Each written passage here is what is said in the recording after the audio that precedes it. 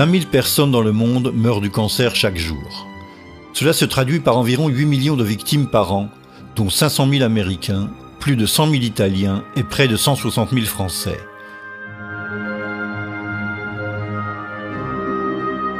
Au début du siècle dernier, le cancer frappait une personne sur 20.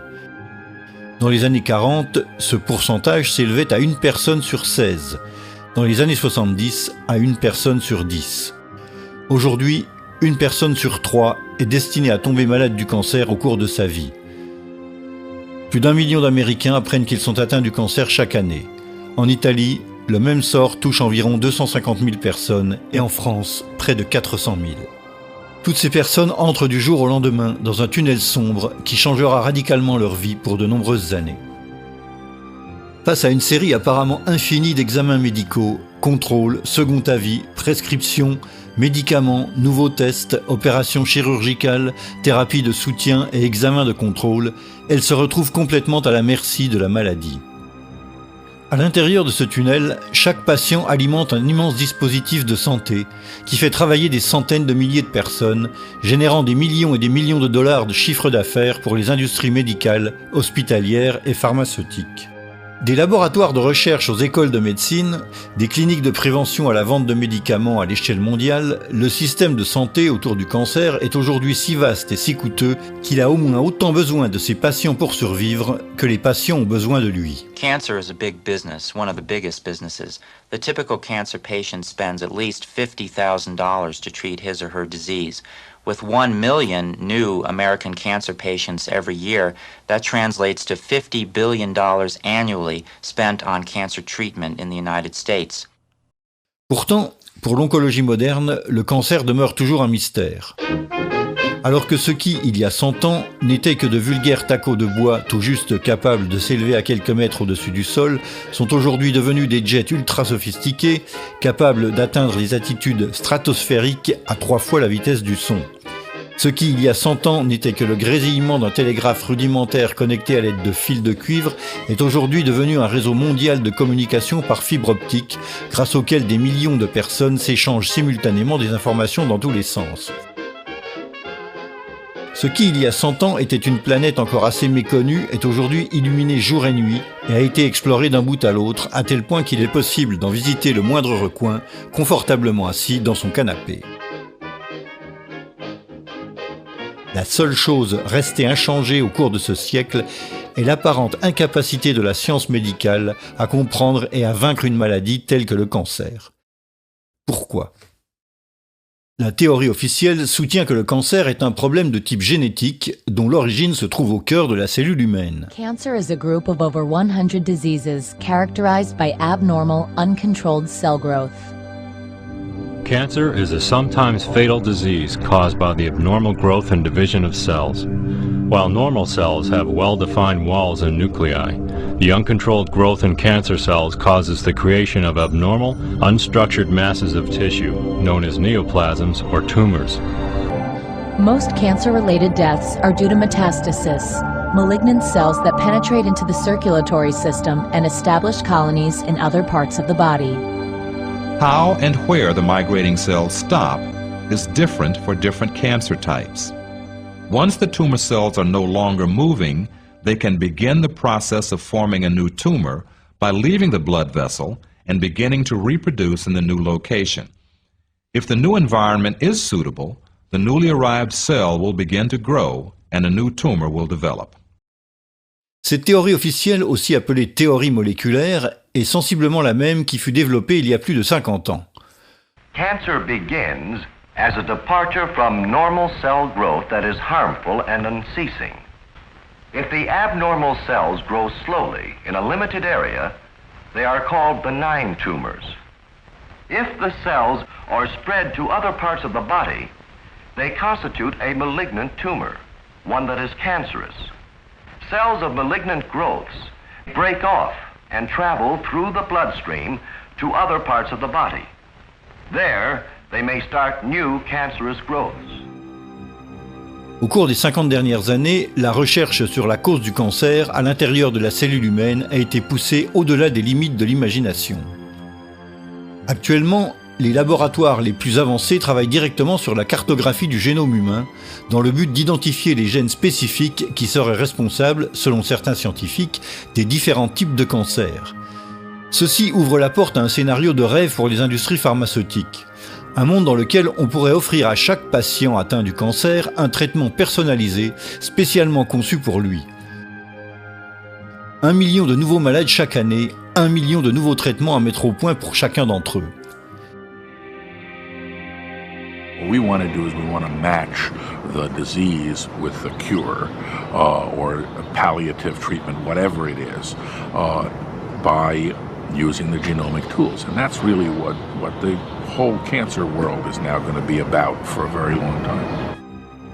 Les nouveaux traitements contre le cancer sont de plus en plus liés aux gènes de l'individu et à ceux du tissu cancéreux. Le résultat est une thérapie personnalisée qui vous va comme un gant. The question of whether we're going to break the cure barrier is not the question about if, it's a question about when. Depuis lors, toutefois, personne n'a jamais réussi à démontrer la validité de l'hypothèse officielle, ni à prouver que l'origine du cancer soit réellement de nature génétique. Major advances are being made in the detection, prevention, and treatment of cancer. But the mechanisms that trigger malignant cell growth are still not completely understood. Parallèlement, la situation statistique semble avoir encore empiré. Cancer is still the leading cause of death for people under the age of 85. In the United States, 1 in every 4 people die from cancer. En dépit des résultats décourageants, l'oncologie officielle continue d'imposer aux patients les 3 seules thérapies jamais autorisées depuis un siècle. Chirurgie, chimiothérapie et radiothérapie.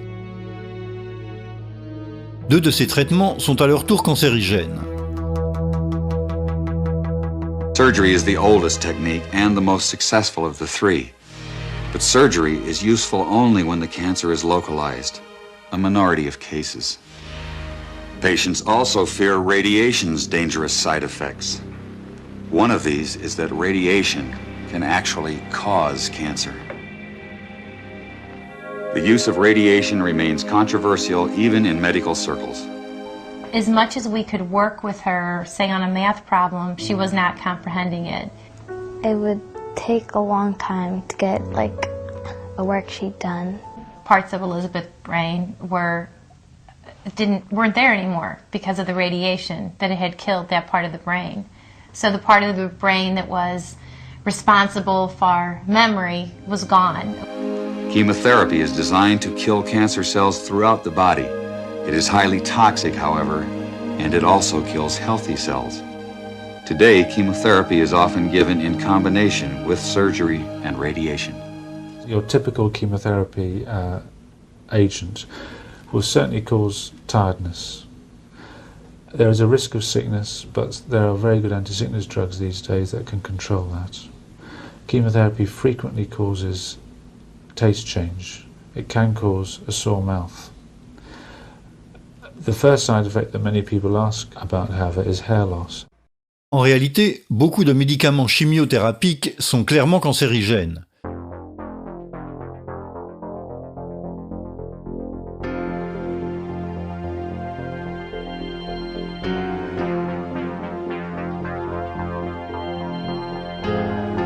La toxicité des médicaments anticancéreux est telle que tous ceux qui les manipulent doivent suivre des règles de sécurité extrêmement sévères qui comprennent la destruction complète et l'incinération à plus de 1000 degrés de tous les matériaux qui ont été en contact avec ces médicaments.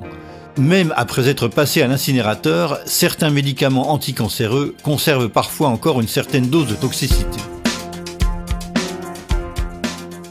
But there is something new about chemotherapy that's been emerging of late. Many women who undergo chemotherapy for breast cancer describe unsettling changes to their memory and concentration. Researchers at the University of Michigan Comprehensive Cancer Center say this phenomenon is very real. Women have complained of cognitive changes that have occurred during the time that they've been treated for breast cancer for a long time now.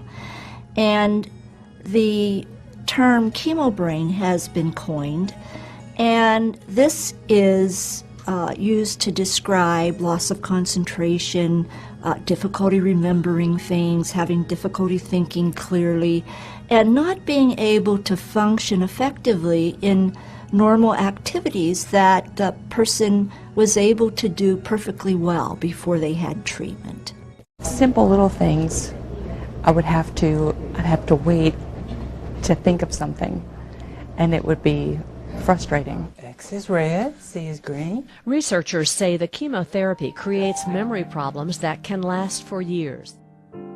Mais les enfants sont aussi de plus en plus nombreux à commencer à montrer les effets des agents cancérigènes de la chimiothérapie. My homework, like, let's say, like math homework, when it's real noisy, I can't focus. And it just makes me feel like my mind's being erased. Mais y a-t-il des avantages à la chimiothérapie? John Cairns of Harvard University published a study in Scientific American. He found that chemotherapy drugs benefit at most 5%, 1 out of 20 of the cancer patients they're given to. If conventional therapy has such limited results, why isn't the medical profession willing to investigate alternative approaches? La réponse à cette question se trouve peut-être dans certains événements historiques qui ont eu lieu il y a quasiment un siècle, quand la médecine officielle a finalement réussi à prendre le dessus sur ceux que l'on appelait les médecins empiriques, qui soignaient les patients grâce à des herbes et à des remèdes naturels. In the 1800s, society sanctioned both approaches to healing. Patients had a choice of using either doctors, called allopaths, or natural healers, called empirics or homeopaths. The two groups waged a bitter philosophical debate. The allopathic doctors called their approach heroic medicine. They believed the physician must aggressively drive disease from the body. They based their practice on what they considered scientific theory. The allopaths used three main techniques. They bled the body to drain out the bad humors. They gave huge doses of toxic minerals like mercury and lead to displace the original disease. They also used surgery, but it was a brutal procedure before anesthesia and infection control. Few patients were willing to have surgery. Most patients feared allopathic methods altogether. Satirists of the day remarked that with allopathic treatment, the patient died of the cure. Competing with the doctors were the empiric healers. Contrary to the doctors, they believed in stimulating the body's own defenses to heal itself. Instead of poisonous minerals, they used vegetable products and non-toxic substances in small quantities. They especially favored herbs learned from Native American and old European traditions. The empirics said they based their remedies not on theory, but on observation and experience. Satirists of the day added that with empiric treatment, the patient died of the disease, not the cure. And the balance of medical power remained equal until the turn of the century. Then, new medical treatments emerged that were potentially very profitable. The AMA joined with strong financial forces to transform medicine into an industry. The fortunes of Carnegie, Morgan, and Rockefeller financed surgery, radiation, and synthetic drugs. They were to become the economic foundations of the new medical economy. The takeover of the medical industry was accomplished by the takeover of the medical schools. Well, the people that we're talking about, Rockefeller and Carnegie in particular, came to the picture and said, we will put up money. They offered tremendous amounts of money to the schools that would agree to cooperate with them. The donors said to the schools, we're giving you all this money. Now, would it be too much to ask if we could put some of our people on your board of directors to see that our money is being spent wisely? Well, when somebody's offering a starving school, a struggling school, a couple of $1 million, and all they ask in return is that some very well-known and prestigious individuals be added to your board of directors, the answer in many cases is yes, we'd be honored to have these people on our board of directors.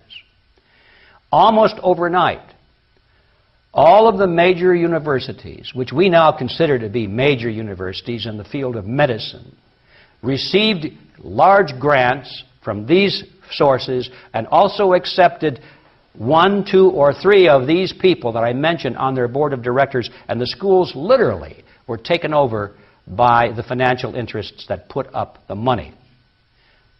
Now, what happened as a result of that is that the schools did receive an infusion of money. They were able to build new buildings. They were able to add expensive equipment to their laboratories. They were able to hire top-notch teachers. They were able to upgrade the level of medical education in America by 100-fold. But at the same time as doing that, they skewed the whole thing in the direction of pharmaceutical drugs. That was the efficiency in philanthropy. The doctors from that point forward in history would be taught pharmaceutical drugs. Those schools that did not accept those terms did not receive the money, and they generally fell by the wayside, and today you probably have never heard of them. All of the great teaching institutions in America were captured by the pharmaceutical interests in this fashion, and it's amazing how little money it really took to do it. Surgery became viable with anesthesia and infection control, and doctors advocated expensive, radical operations. These in turn produced the need for a large, lucrative hospital system. Radium fever swept medicine. The price of radium rose 1,000% almost overnight. Another costly technological industry entered the hospital system. A drug industry grew out of the booming patent medicine business. The doctors changed educational standards and licensing regulations to exclude the empirics. Soon, only AMA-approved doctors could legally practice medicine. In a brief 20 years, the AMA came to dominate medical practice. Organized Medicine launched a media campaign to associate the empirics with quacks. The code word for competition was quackery. So now, the average doctor goes through school, he gets a great education, he has to be really smart to get through it, he learns all about drugs, he doesn't know too much about basic nutrition.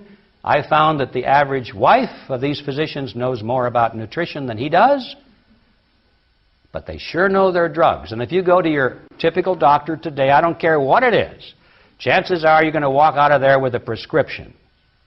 Why? Because that's what he has been trained to do. The companies that make up the pharmaceutical industry are among the largest corporations in the world. Together, these businesses have come to be known as Big Pharma. In 2004, their combined global sales were over $500 billion, with Pfizer and Johnson & Johnson leading the pack. In the U.S., the core of Big Pharma's immense profits is from sales of prescription medication. And since these drugs can only be prescribed by medical professionals, most of the industry's promotional and marketing activities are directed at doctors, pharmacists, and other healthcare providers. This starts out at the first day of medical school, and in many medical schools, even the incoming students that, are 2 years away from seeing a patient will start to get gifts from the pharmaceutical industry. And as these students get farther along in their medical education, the interactions and the gifts escalate to free lunches, to dinners. Champagne, brunches, happy hours, New York jet tickets. No matter where you spend the money, you make money. And my boss always told me, don't worry about it. There'll always be more funding.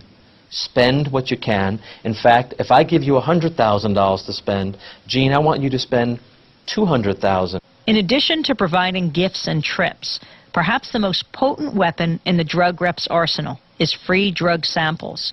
In 2004, the industry gave away the retail equivalent of almost $16 billion worth of drugs, and these products are the chief enabler of the marketing machine.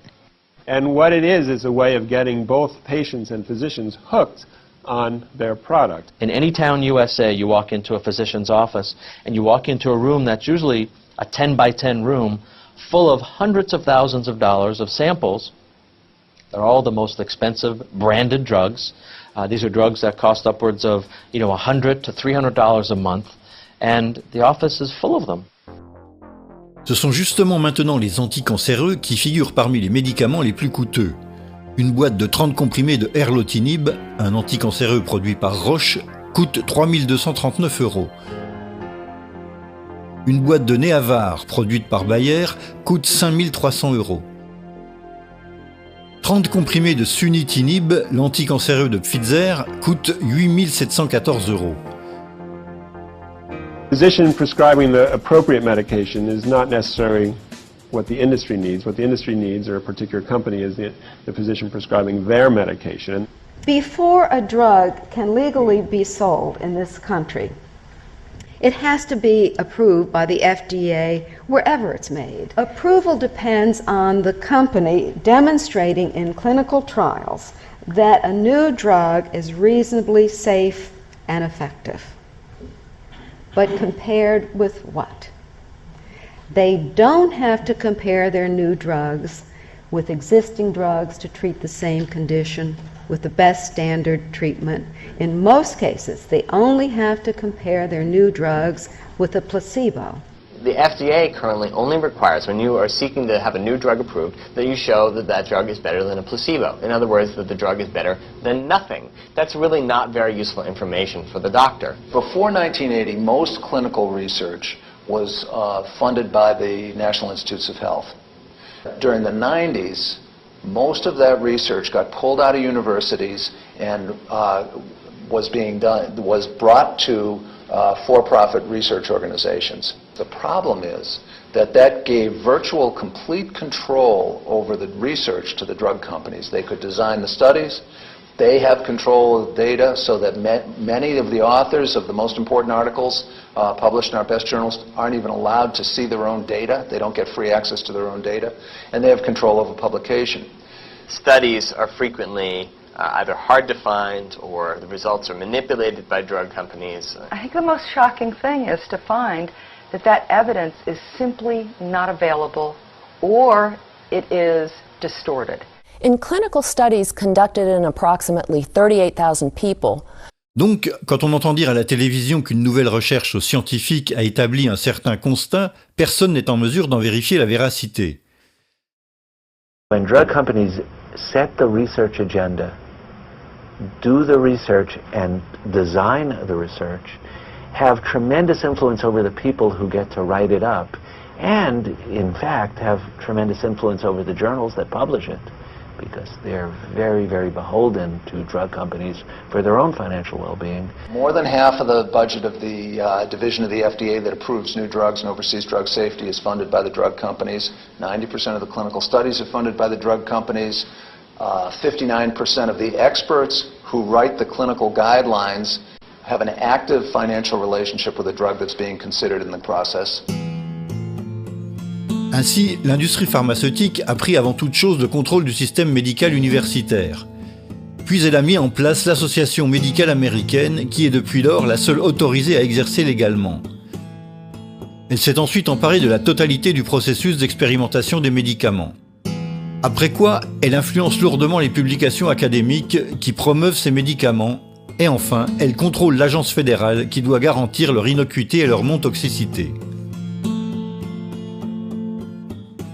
À l'extrême opposé se trouvent les citoyens malades, et entre les deux, les docteurs qui doivent les soigner et qui ne peuvent se baser que sur les informations générées par les industries pharmaceutiques que personne n'est en mesure de vérifier. Dans cette exaspérante recherche du monopole total de l'information, même Internet n'a pas été épargné.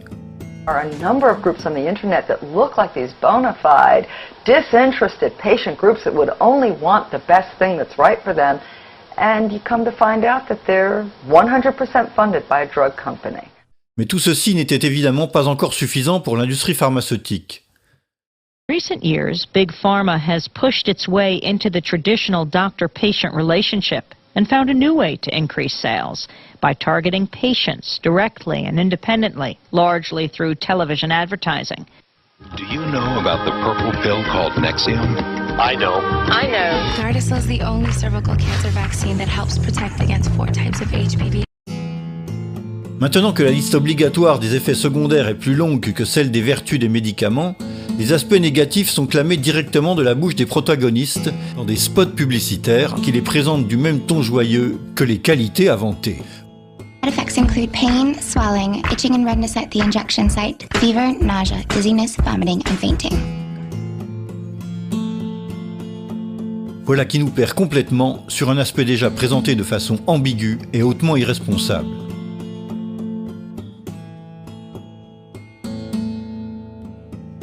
Last year, between 3 and 5 billion prescriptions were written in the US alone. And for all of its many miracles and heroism, the pharmaceutical fantasy has also left disaster in its wake. The tragedies of drug side effects are being exposed daily. Prozac, Vioxx, Celebrex, Baycol, Lariam, and Zoloft, just to name a few, are deeply uncomfortable reminders that secrecy and sales have often circumvented safety. And what I found after analyzing government databases and peer-reviewed journal articles, I found that 784,000 people are dying annually, prematurely, due to modern medicine intervention. There's 122,000 people that die every year from known side effects to prescription medications. The drug industry is the most successful global industry in the world. What they don't want you to do is get better, because if you get better, their market's gone.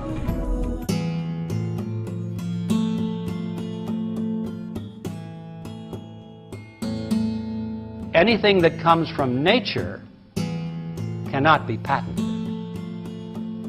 They're not interested in that. But what they are interested in, finding something perhaps within something in nature, if they can find some subcomponent that they can extract and then make it a man-made chemical that works the same way, then they can patent that, then they're interested, but not if it comes from nature, and it doesn't make any difference whether it works. So, we translate that into the real world of FDA approval. Surely these drug companies aren't going to spend $20 million or more testing any substance from nature because it can't be patented. That, and of course the FDA says it's illegal to use unless it's been tested for efficacy and safety. Now you see the catch-22 you're in there. Nothing from nature, regardless of how effective it might be, will ever be proven safe or effective according to the FDA. It'll never be. Because nobody's going to spend the money to go through the test. So therefore, everything from nature will always be condemned by the FDA as unproven. An unproven cancer cure. As if by design, health choices are limited, information is scarce, lives are ruined, and the truth be damned. The fear machine is well oiled by petrochemical dollars and a near worldwide monopoly in healthcare. It works overtime to prevent the truth about dietary supplements from getting out to the public. It has always been so. In a small town in northern Ontario, the year 1922, Green Case first learnt of a cancer remedy which she termed Essiac. À l'insu de l'histoire, cette fragile infirmière canadienne réussit à soigner héroïquement des milliers de personnes atteintes de cancer avec une simple décoction d'herbes. En soignant une ancienne patiente, Renée remarqua qu'elle avait une cicatrice sur le sein. La patiente lui expliqua qu'il s'agissait des séquelles d'un cancer dont elle avait réussi à guérir des années auparavant grâce à une décoction d'herbes que lui avait suggéré le sage de la tribu locale d'Ojibwa. Renée essaya la même recette sur sa tante, à qui l'on avait récemment diagnostiqué un cancer. I asked Dr. R.O. Fisher, who later was Dean of the University of Toronto, if he would watch over her, if I would try some of these herbs. And he said he would, and it took quite a while, but she got better. And she lived for 21 years. Après cette expérience positive, Renée laissa tomber l'hôpital et se mit à soigner les gens à l'aide de la décoction d'herbes qu'elle appela par la suite Essiac. Essiac, c'est son nom écrit à l'envers. La rumeur se répandit rapidement et le nombre de patients guéris du cancer commença à se multiplier. I was diagnosed in Toronto General Hospital as having a growth in the bowel which was inoperable. And that was in January. And my husband was told that when the snow was gone, I would probably be gone with it. So through friends, I was directed to Miss Case. And I came to her and had treatments from her for practically 3 years. And felt I was cured, and I've had no return of it since. Dr. R.O. Bastida of Bracebridge sent me a patient, cancer of the bowel, Bert Rosen, and I cured him. So Dr. Bastida went before the town council and mayor and persuaded them to give me a building that they had taken for taxes as a clinic, that I had made a great discovery and that I should be supported in my own hometown. So they set up the clinic where I treated for 8.5 years. En quelques mois, la clinique fut remplie de malades venus des 4 coins du Canada.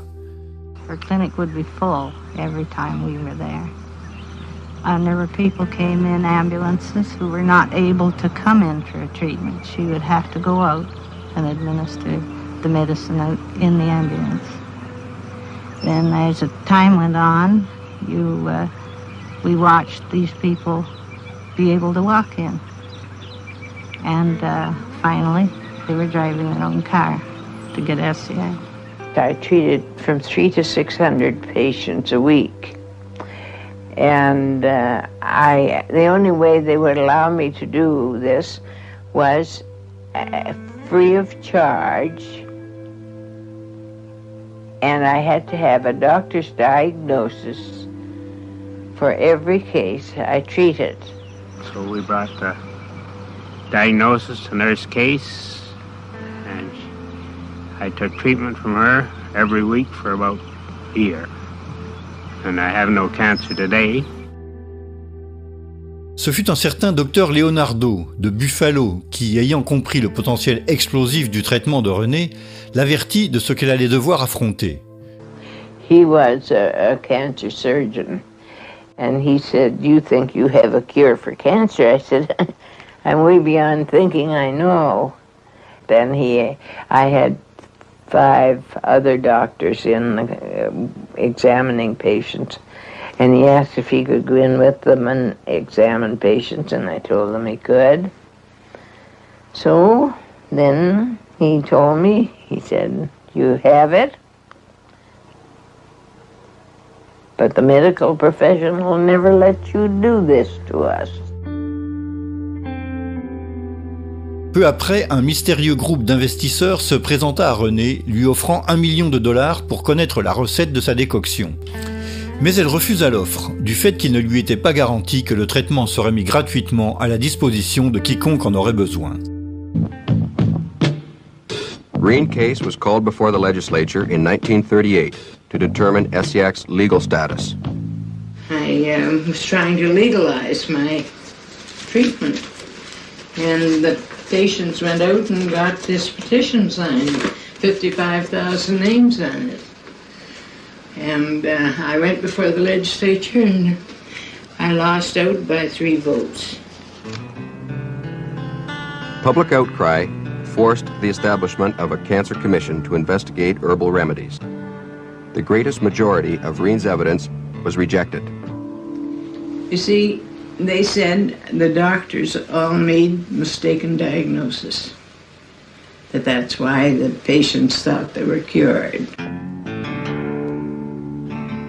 I kept on my clinic as long as I could until they stopped the doctors from giving a diagnosis, and then I had to stop. And it's a sad thing when somebody comes and they have somebody that is ill with cancer and the medical profession can do nothing for them, and they beg of me to treat them. It's a very, very sad thing to turn them away. And I had a nervous breakdown over that, so I really had to stop.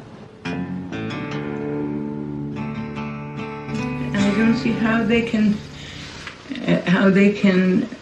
refrain from recognizing it, because if you have the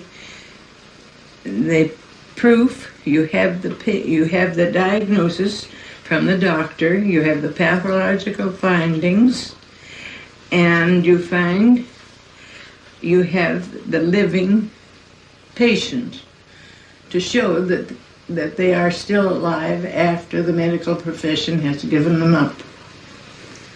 And yet they refuse to admit that it is a cure.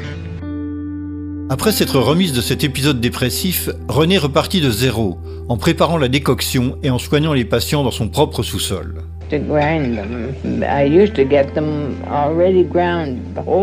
Mais très rapidement, les autorités locales recommencèrent à la persécuter, la faisant arrêter plus d'une fois sous les prétextes les plus invraisemblables. Mais d'une certaine façon, la notoriété de l'Essiac avait franchi la frontière, puisqu'un jour, Renée reçut une invitation à tester sa décoction dans une clinique américaine, le Centre Medical Brush de Cambridge, dans le Massachusetts. Le directeur de la clinique, Charles Brush, était également le médecin et un ami personnel du président Kennedy. Dr. McClure, an outstanding researcher, undertook to study the effects of a drug or an herb called Asiac. And we found that it was non-toxic and did have effects in help in the treatment of cancer. À ce moment-là, le Dr Brush suggéra de soumettre l'Essiac à des tests de toxicité afin de le faire certifier par la FDA comme un traitement possible contre le cancer. Mais une fois les plantes arrivées à l'hôpital Sloan Kettering, l'un des plus importants centres américains de recherche sur le cancer, la procédure finit par se perdre sans explication et ne fut curieusement jamais terminée. The results that I reported to Reen case were studies in sarcoma 180 in the mice, in which we were looking not only for possible primary inhibition of the tumor, which did not occur, but also for regressions. And there was a very small percentage in a small group of regressions, but we never had the opportunity to confirm this and to see whether we could obtain better results. Finalement, l'Essiac n'a jamais été approuvé par la FDA, exactement comme l'avait prévu le docteur Leonardo 30 années plus tôt. D'autres tentatives pour légaliser le traitement furent menées par plusieurs groupes de patients qui sont parvenus à dénoncer les autorités médicales pour leur avoir refusé un traitement possible contre le cancer. Asking to be given the right to use SEX since orthodox medicine no longer has any answers for them. You can't burn a cancer out of a body with radiation. You can't poison it out of the body without poisoning the body as well. And I feel that nature holds the answer, the only answer for cancer patients, and as such, we should have it. Our constitutional rights at the moment are being denied to us, and it shouldn't even come down to a court hearing. It should be a matter of fact that we have what we want for our body. I have cancer from head to toe to the bone. You're going to try and tell me that if I think there's something that's going to give me a little bit of life, that I'm not going to try it? Mais la réponse des autorités n'a jamais changé, même dans les cas où les responsables se trouvaient forcés d'inventer les arguments les plus ridicules pour ne pas avoir à reconnaître la validité de l'Essiac. Release Laetrile and Essiac and Carbizin and so on. I can give you a very long list. You'll have a very wide choice. Then, when there is something effective, how will you know which to choose from?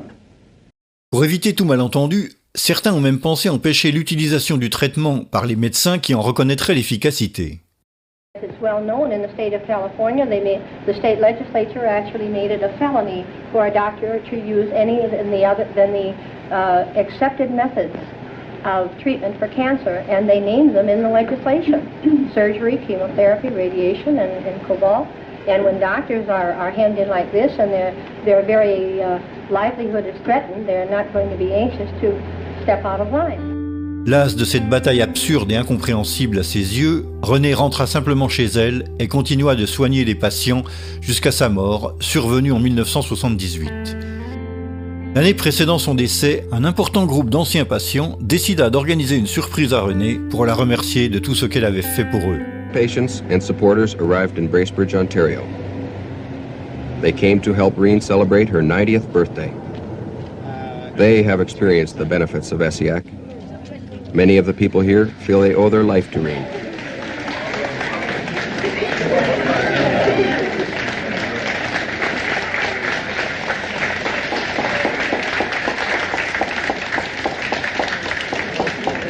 Remember she brought the two ladies up to you that day in the house? She doesn't know me. Greta.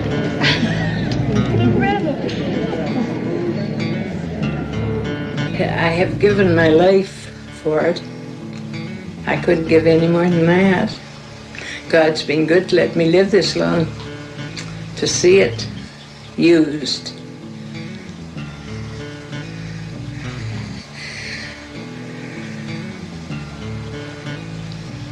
And used by people.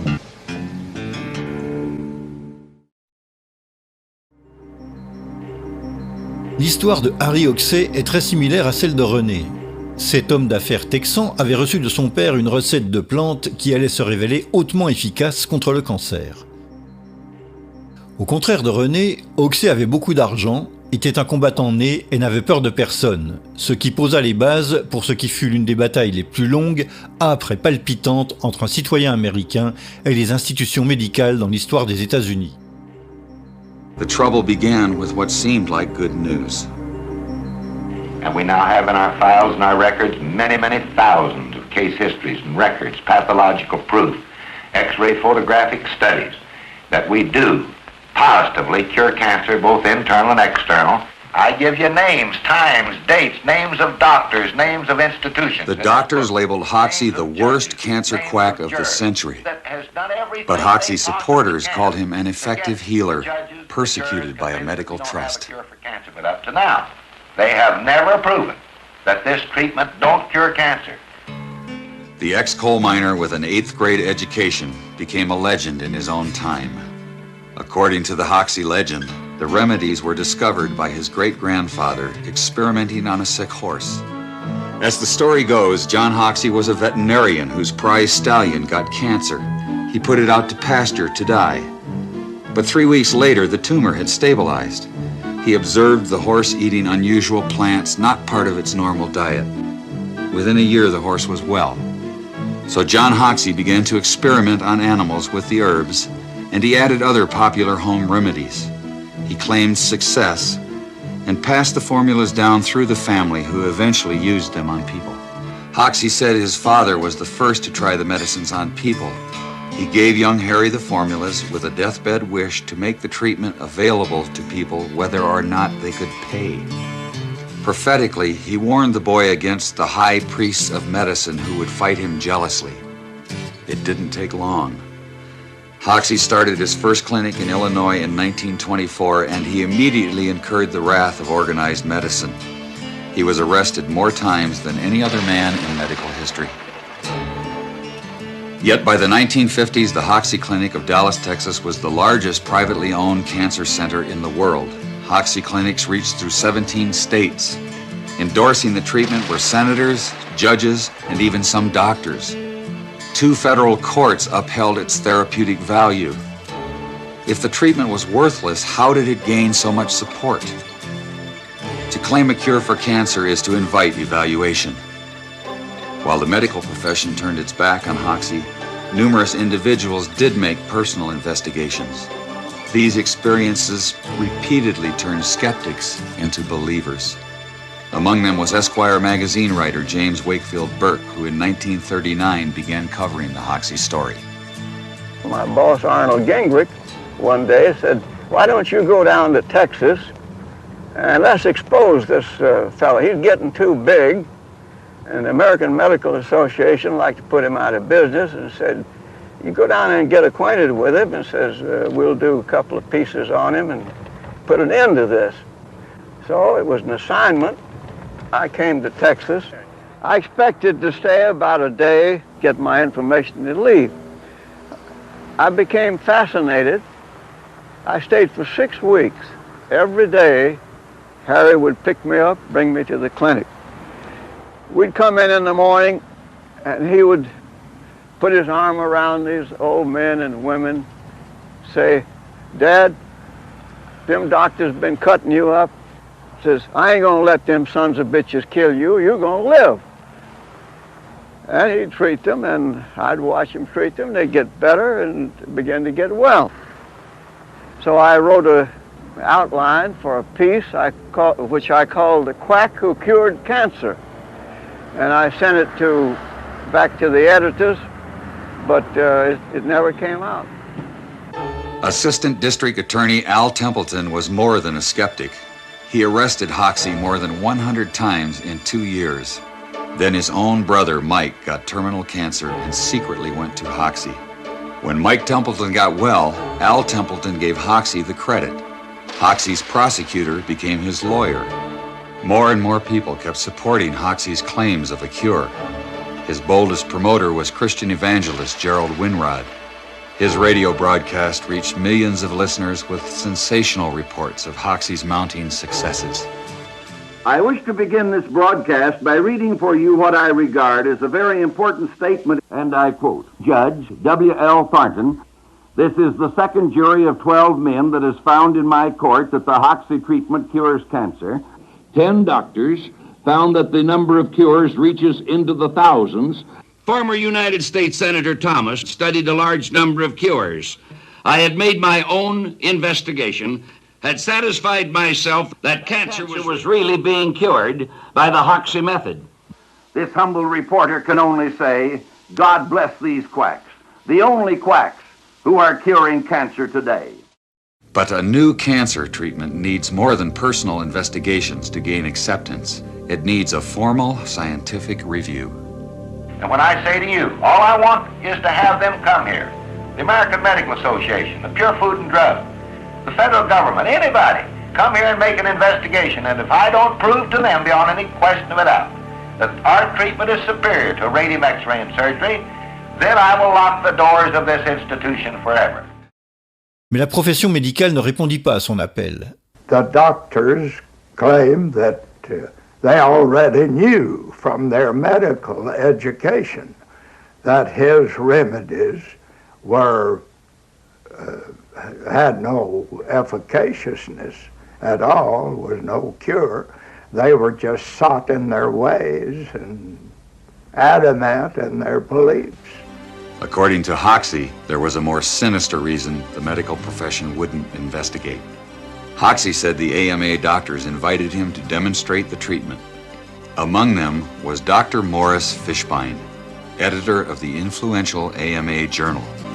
According to Hoxie, the day after his successful demonstration, a high AMA official asked to buy the rights to the formulas. The alleged offer would have given all rights to a group of doctors, including Dr. Fishbein. Exactement comme René Kess, Hoxie refusa l'offre du fait qu'il n'avait aucune garantie quant à la mise à disposition gratuite du traitement pour ceux qui en auraient besoin. But one thing was certain. Hoxie had made a very powerful enemy. By crossing swords with Dr. Fishbein, he alienated the most influential figure in medicine. Dr. Fishbein held a unique position. As journal editor, he controlled the main income-producing organ of the AMA and thus the organization. He also published the accepted standards of medical practice. After the Chicago incident, Dr. Fishbein blackballed Hoxie by branding him a quack in the journal. It commented that Hoxie's most enthusiastic supporter was the local undertaker. The AMA attack was relentless. Dr. Fishbein and Hoxie would battle each other for 25 years to come in a drama of national dimensions. But rather than settling the dispute through scientific means, they played it out in the media. At the association's headquarters in Chicago, vigilant against quackery is Dr. Morris Fishbein. There is no serum, drug, or combination of drugs that we know that will definitely cure cancer. When Hoxie approached the National Cancer Institute for an investigation, the agency refused. The NCI said his medical records were incomplete. Hoxie said doctors refused to supply necessary records because of Dr. Fishbein's influence. The government concluded it would be a waste of public funds to investigate. Having struck oil in Texas, Hoxie offered to pay for a test himself. His challenges were putting Dr. Fishbein under public pressure, and the doctor fought back hard in the public arena. But when he wrote blood money for the Hearst Sunday papers, he went too far. Hoxie sued Dr. Fishbein and the Hearst newspaper empire for libel and slander. He didn't seem to stand a chance. The nation's most notorious quack faced a who's who of American medicine. Surprisingly, Harry Hoxie became the first man ever to win a judgment against Dr. Fishbein and the AMA. Dr. Fishbein had to resign from his post at the AMA. But the Hoxie-Fishbein trials held an even more shocking revelation. Dr. Fishbein admitted in court that Hoxie's supposedly brutal pastes actually did cure external cancers. The most dangerous external cancer is melanoma. It can spread rapidly through the body. Doctors advise extremely radical surgery. Even so, melanoma is often fatal. We have more positive proven cases of melanoma in our records and our files and the patients to talk to that have been cured in this institution than any institution in the world, and that's a broad statement, but we have the facts to back it up. Hoxie parvint à produire un film pour faire entendre sa voix à l'Association des médecins. It would be an innovation to men of the medical profession if, instead of devoting so much time and money to court trials, sniping tactics, and smear campaigns, they would come to the clinic, do some investigating, check into our methods, speak to some of our patients. Then they would understand why our treatment has been as effective and, in most cases, far more successful than anything they've had to offer as a solution to the cancer problems. Mais au lieu de répondre à l'appel, l'institution médicale intensifia la bataille. Mildred Nelson avait dirigé les cliniques de Hoxie depuis le début de sa carrière. But he was never investigated except in a criminal type of a way to see what he might be doing wrong. The Food and Drug have always been famous for harassing the Hoxie patients. Go to people's houses, take their medicine when it was delivered to them, talk to them, tell them they were doing wrong. But when the government couldn't stop Hoxie in court, the FDA decided to take unprecedented action. Sufferers from cancer, their families, physicians, and all concerned with the care of cancer patients are hereby advised and warned that the so-called Hoxie treatment for internal cancer has been found on the basis of evidence presented by the FDA to be a worthless treatment.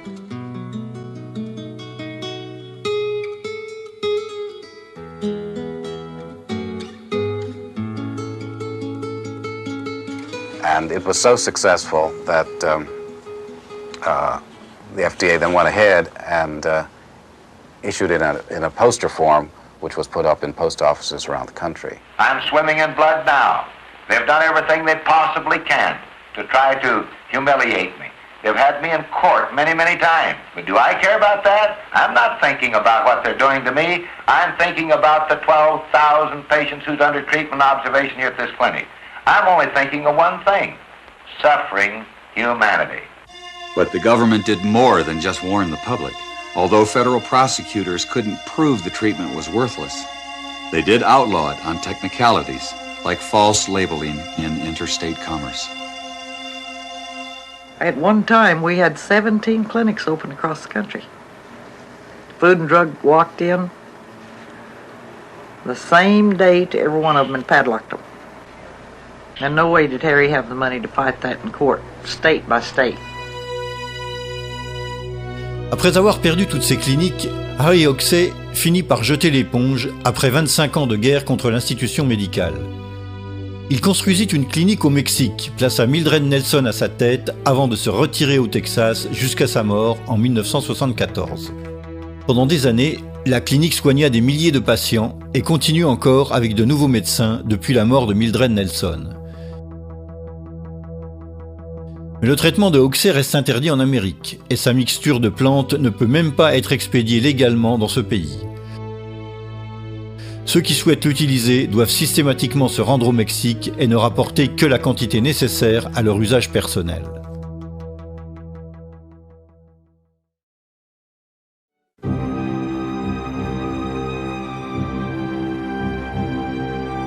Je vois dans Gerson l'un des génies les plus éminents de l'histoire de la médecine, Albert Schweitzer.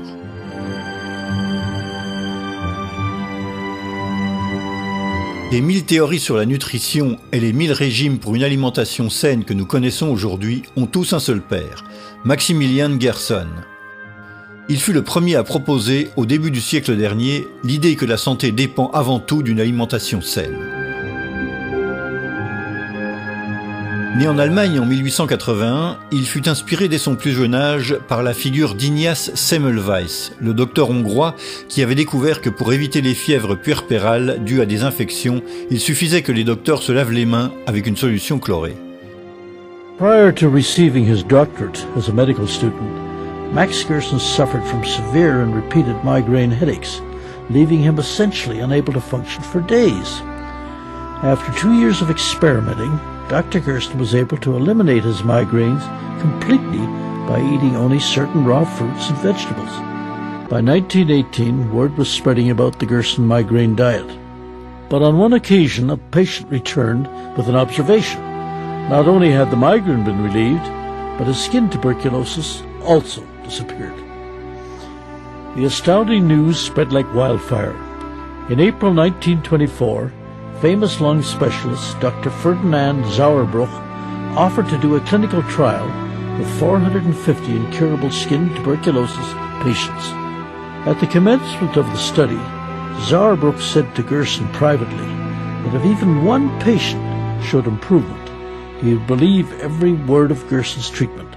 446 out of 450 patients recovered, over 99%. Dr. Gerson and his wife Gretchen had 3 daughters, Joanna, Gertrude, and the youngest, Charlotte. Of all the children, Charlotte took a special interest in her father's work. By the late 1920s, Dr. Gerson's fame had spread throughout Europe, especially after he cured Dr. Albert Schweitzer's wife, Helena, of pulmonary tuberculosis and Schweitzer's daughter's skin disease. When Dr. Schweitzer was 75 years old, he came to Dr. Gerson with diabetes and was also cured. La thérapie de Gerson a pour but la désintoxication complète du corps, obtenue à travers une série de lavages d'estomac à base de café et d'un régime de fruits et légumes crus, cultivés dans des conditions optimales. La viande est absolument à proscrire, comme l'explique Charlotte, la fille du docteur Gerson, âgée aujourd'hui de 82 ans. Meat in the body, in the digestive process, causes acidity, phosphoric acid. And in this kind of acidity, the body isn't able to function. The body has to maintain homeostasis. It has to maintain a very exact level of alkalinity versus acid. Une fois nettoyé de toutes les toxines, le corps humain confirme régulièrement être une merveilleuse machine, capable de guérir seule de presque n'importe quelle maladie. In 1933 and World War II, Gerson and his family fled Nazi persecution, eventually settling in New York. Dr. Gerson's 7 siblings died in the Holocaust. Throughout the 40s, Dr. Gerson's success at his New York clinic stunned the medical community, but also evoked the dark forces within it. Dr. Gerson was curing patients with cancer. Les succès de Gerson parvinrent aux oreilles du sénateur Claude Pepper, qui en 1946 l'appela à témoigner devant une commission gouvernementale dans le cadre de la préparation d'une importante loi. Pepper comptait mobiliser et rassembler aux États-Unis, dans un lieu adapté, un nombre conséquent d'experts de niveau mondial pour coordonner leurs travaux et bénéficier de leurs services dans le but suprême de trouver des moyens de prévenir et de traiter le cancer. Gerson présenta à la commission les dossiers complets des 10 cas de patients en phase terminale qu'il avait complètement guéris, dont 5 étaient venus témoigner en personne.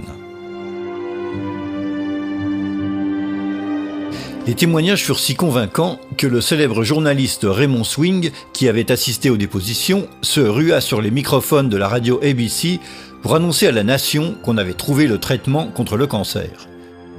La réaction du public fut fulgurante. C'était la folie aux standards de ABC qui restèrent saturés pendant des jours entiers. Mais ce qui arriva ensuite fut encore plus stupéfiant. 2 semaines après son annonce à la radio et après 30 ans de carrière, Raymond Swing fut licencié sans préavis et ne put jamais retrouver du travail dans le secteur du journalisme américain.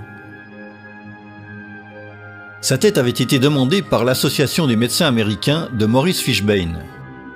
Fishbein était depuis longtemps en lutte contre Gerson, lorsque le docteur allemand premier au monde avait dénoncé les dangers du tabac à une époque où l'annonceur publicitaire principal de l'Association des médecins américains était justement l'entreprise Philip Morris. Repeated national survey, doctors in all branches of medicine, doctors in all parts of the country were asked, "What cigarette do you smoke, doctor?" Once again, the brand named most was Camel. Yes, according to this repeated nationwide survey, more doctors smoke Camels than any other cigarette.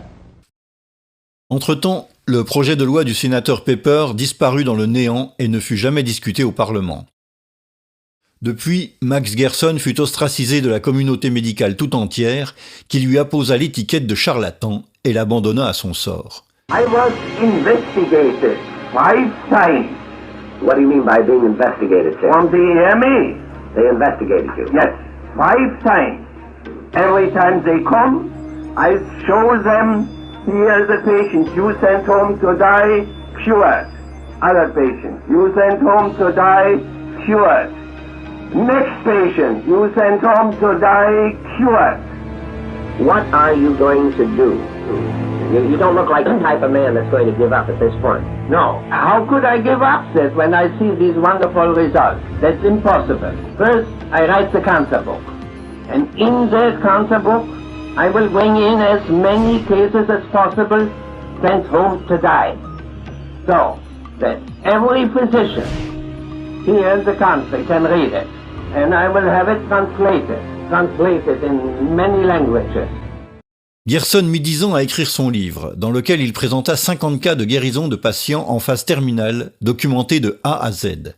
Mais il ne trouva aucun grand éditeur américain disposé à le publier.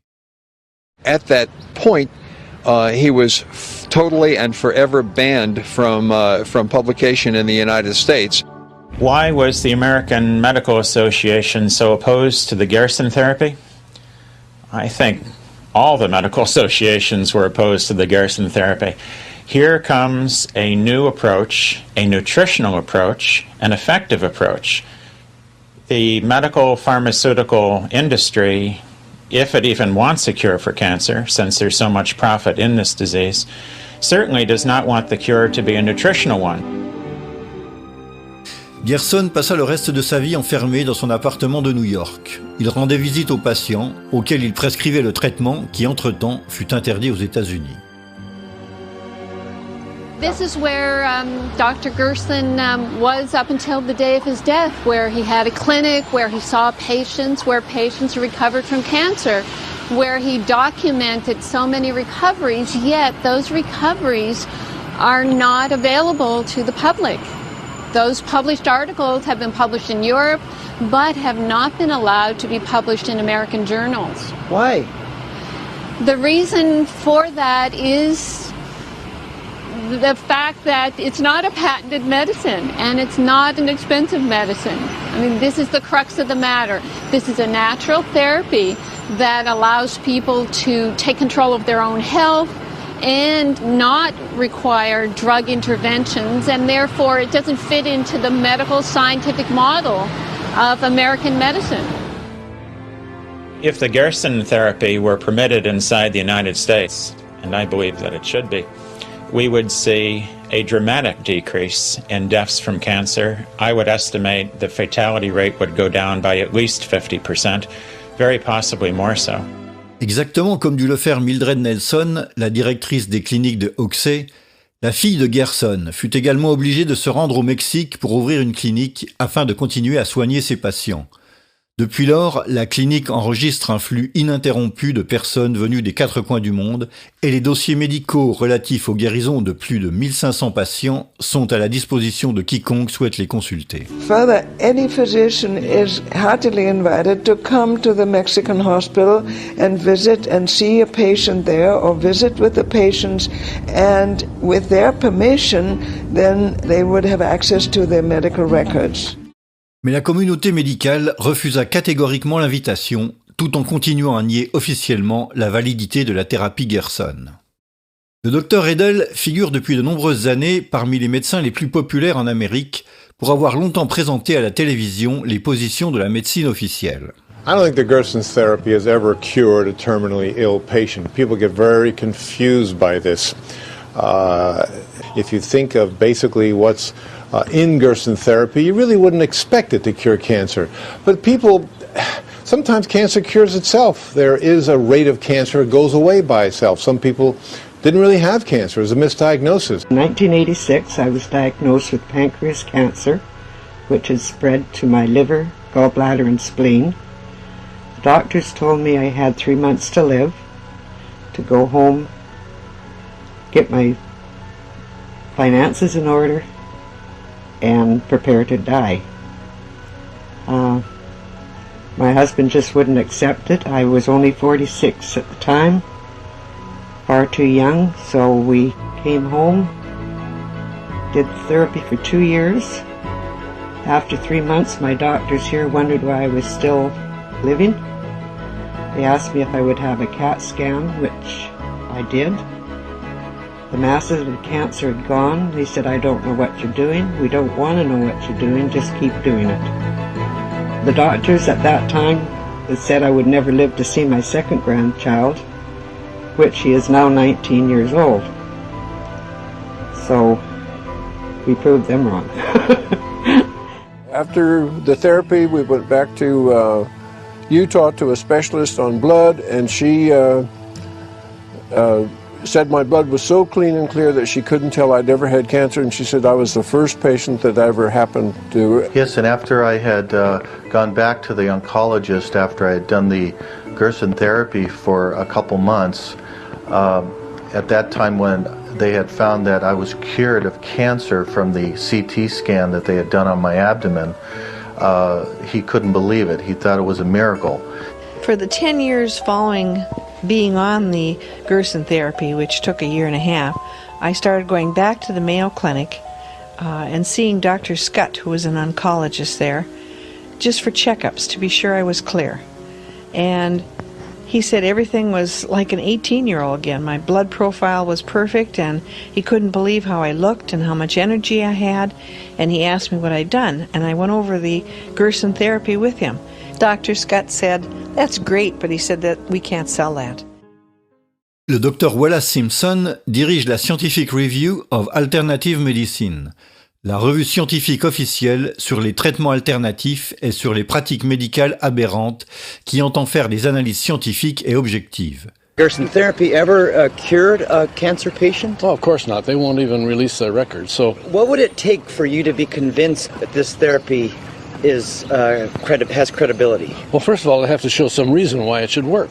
We know how cancers behave, and we know the kinds of things that cause cancer. So they have to come up with some kind of a believable theory of why their diet should work. But second of all, they'd have to convince us that everything we know about it in the past 50 years is wrong, and they're right. Now, how are they going to come up with material like that? That's impossible. They don't have it. Dr. Gerson documented so many recoveries, yet those recoveries are not available to the public.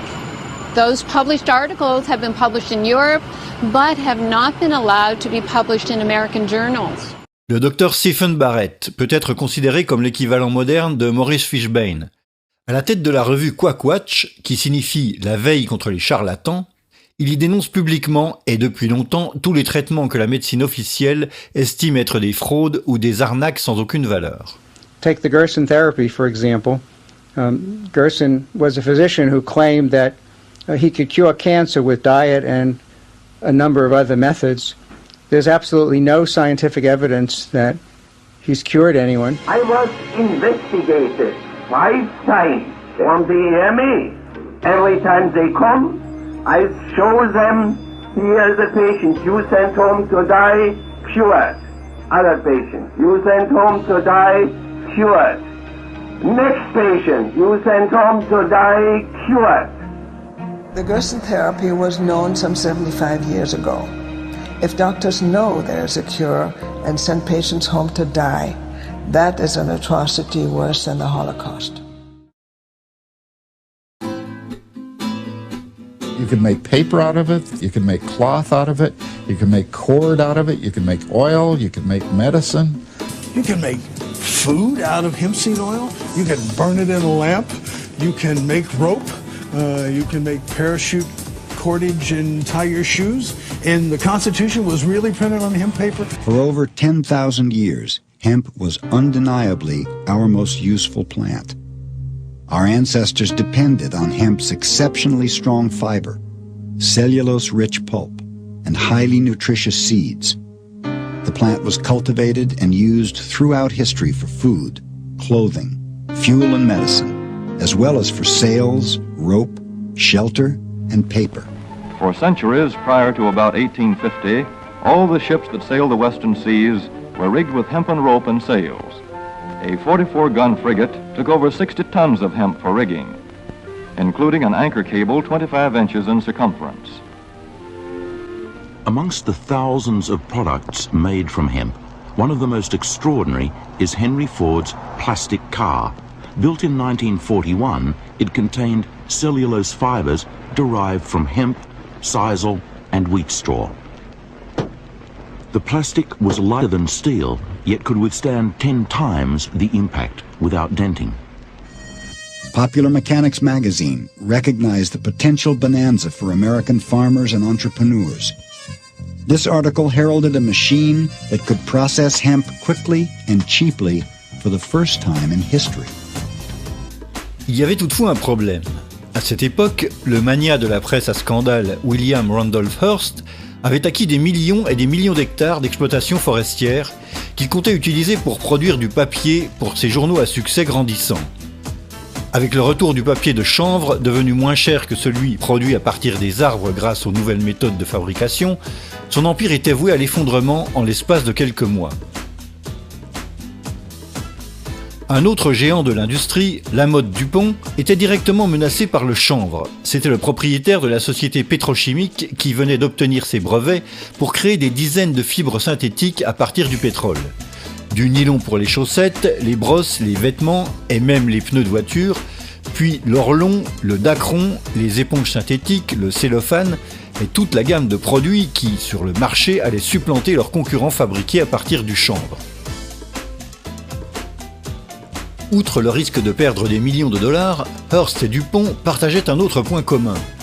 Ils recevaient tous les deux leur financement de l'un des banquiers les plus puissants de l'époque, Andrew Mellon, alors également secrétaire au Trésor. Mellon nomma à la direction du Bureau fédéral des stupéfiants son futur gendre, John Anslinger. Avec l'aide des journalistes de Hearst et des productions hollywoodiennes complaisantes, Anslinger mit en route une gigantesque campagne médiatique visant à faire apparaître le chanvre comme un produit toxique et dangereux qui fut immédiatement banni du marché. Marijuana, the dried leaves and flowers of the Indian hempweed, is used in the form of a cigarette. Marijuana smoking, experts point out, can make a helpless addict of its victim within weeks, causing physical and moral ruin and death. Yes, let's go, Jack, I'm red hot.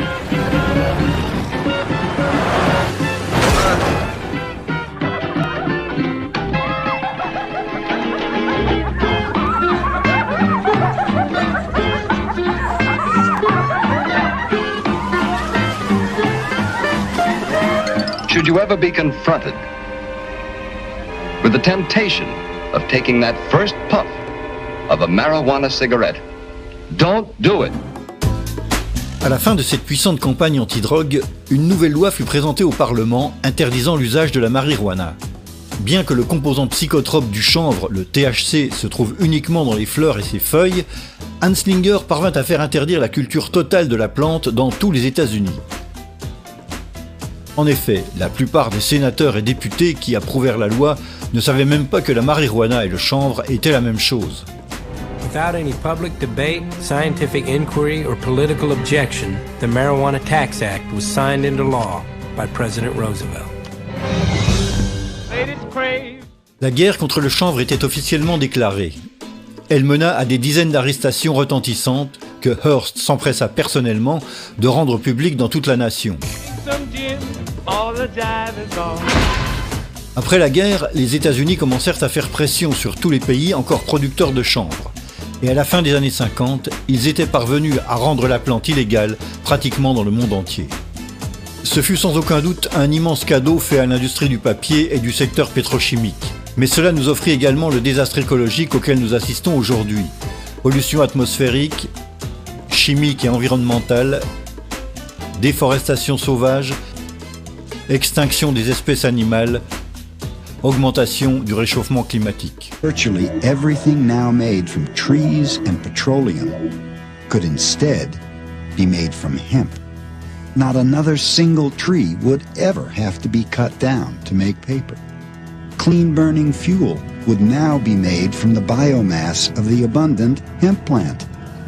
This new fuel would run cars, factories, power plants, and would even provide heat for our homes. Hemp could be grown and processed into cloth and paper with only a fraction of the toxic chemicals used in processing cotton and trees. Malheureusement, avec le chanvre, nous avons également perdu l'un des médicaments les plus importants jamais connus de l'homme. Cannabis has been used medically since the year 2800 BC, when Emperor Shen-Nung founded the science of Chinese medicine. Wounds sustained in battle were bandaged in cannabis leaves. À la fin du 19e siècle, plus de 30% des médicaments disponibles en Amérique contenaient du cannabis. Ce dernier compte presque autant de vertus thérapeutiques que de produits extractibles. Prévention des nausées et vomissements causés par la chimiothérapie, de l'anorexie, des douleurs provoquées par le cancer, des lésions de la colonne vertébrale, des glaucomes, de l'affaiblissement musculaire. Today, doctors across the whole world are asking for the right to use cannabis as a treatment for pain, especially for cancer and AIDS. Marijuana is much less dangerous than many other substances in less restrictive schedules like morphine and cocaine, not to mention the unscheduled legal mass killers, tobacco and alcohol. Of course, marijuana does have proven medical usefulness for some conditions. One study that we did looked at patients with HIV-related painful peripheral neuropathy, which means nerve damage in the hands and feet.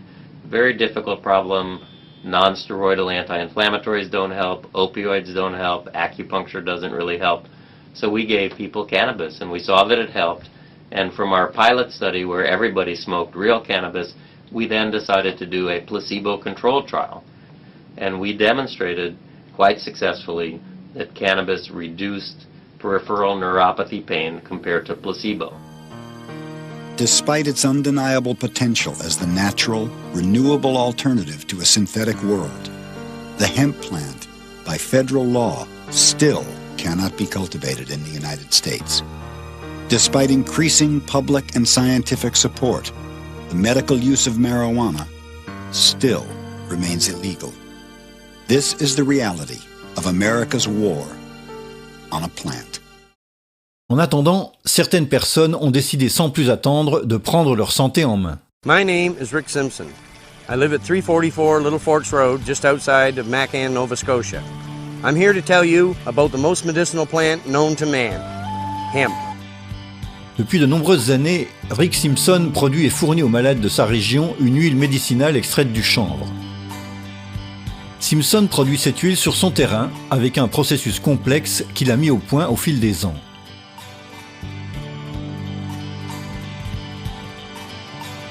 When collected and processed properly, the resulting oil is an effective cure or control for practically any disease known to man, even cancer. We have supplied this oil to dozens of people with cancer. Even people who were diagnosed with terminal cancer by our medical system now have a clean bill of health after treatment with hemp medicine. One of the testaments to hemp oil's healing power is his father, a military veteran suffering from lung cancer. And this last time I was in, I didn't know it, but they said I was going to die in 24 hours, but I didn't. So I took the oil and everything worked out right. Well, I had skin cancer, melanoma cancer, they told me. I was treated time after time and I was burnt several times. It wasn't doing no good. All the salve they gave me, I put it on. So I ran across this fellow they called Ricky Simpson. Well, you see my face, I know it's all wrinkled up, but there are no big holes in it. I used hemp oil for a number of conditions. Migraine headaches, cyst on my ovary, arthritis, bad skin allergies. I had 2 months to live.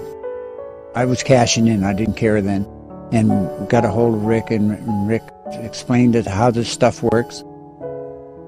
The chemo and the radiation just kills everything inside of you. It doesn't give you a chance to live. And then when I look at my hemp oil, that's why I am sitting here today telling you. January 07, my father came to stay with my wife and I because his cancer had become unmanageable. He could not stay alone anymore. At this point, the man had fluid in both lungs, couldn't even hardly walk around. His breathing had gone down to 70%, and he was on his last legs. We started him on the treatment. In the side of 3 months, the cancer was completely gone. In between that, he got nothing but better. The man improved every day from the time he started the oil until he went to a maintenance dose in March. It works. It works. That's all I can say. You know, it works. Même dans la province reculée de la Nouvelle-Écosse, les règles du jeu semblent identiques. Hemp oil containing THC has been touted as an effective treatment for many diseases, including cancer. But distributing THC, the psychoactive ingredient in marijuana, is illegal. Hemp oil is being used by some people in the Macan area of Nova Scotia to help in the treatment of cancer. Now they're worried their hemp oil will be taken away. People are being very scared of the RCMP coming in their home and taking their medicine from them. À cette époque, Rick Dwyer était le président du siège local de la Légion royale canadienne. That's when we proceeded to call in these politicians, our health professionals, and our enforcement professionals, and all the people who should have been contacted over this issue. We wrote them a letter, and we stated to come to this meeting. We would show you the evidence, the human evidence, scientific evidence, and the medical evidence. And that's when they come in and shut our Royal Canadian Legion down. The doors are locked here at the Royal Canadian Legion in McCann. Even past President Rick Dwyer can't get into the building. The charter has been pulled and the executive suspended because of their controversial support of the use of hemp oil as medicine. And as Royal Canadian Legion members, for us to sit here while people were dying and suffering horribly and us knowing that this worked, I don't see where there's any honor to that. Grâce à la tolérance des autorités locales, Ring Simpson peut continuer à fournir aux habitants de la zone son huile curative. Mais cela reste une activité illégale.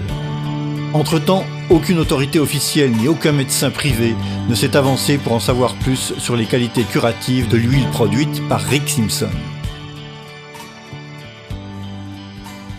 That's the cure right there. There's so many people out there suffering with so many diseases that this works for. And at nights I don't sleep very well because I think of those little children that are being poisoned and that are being fed chemotherapy and radiation and infants. And this is so horrible.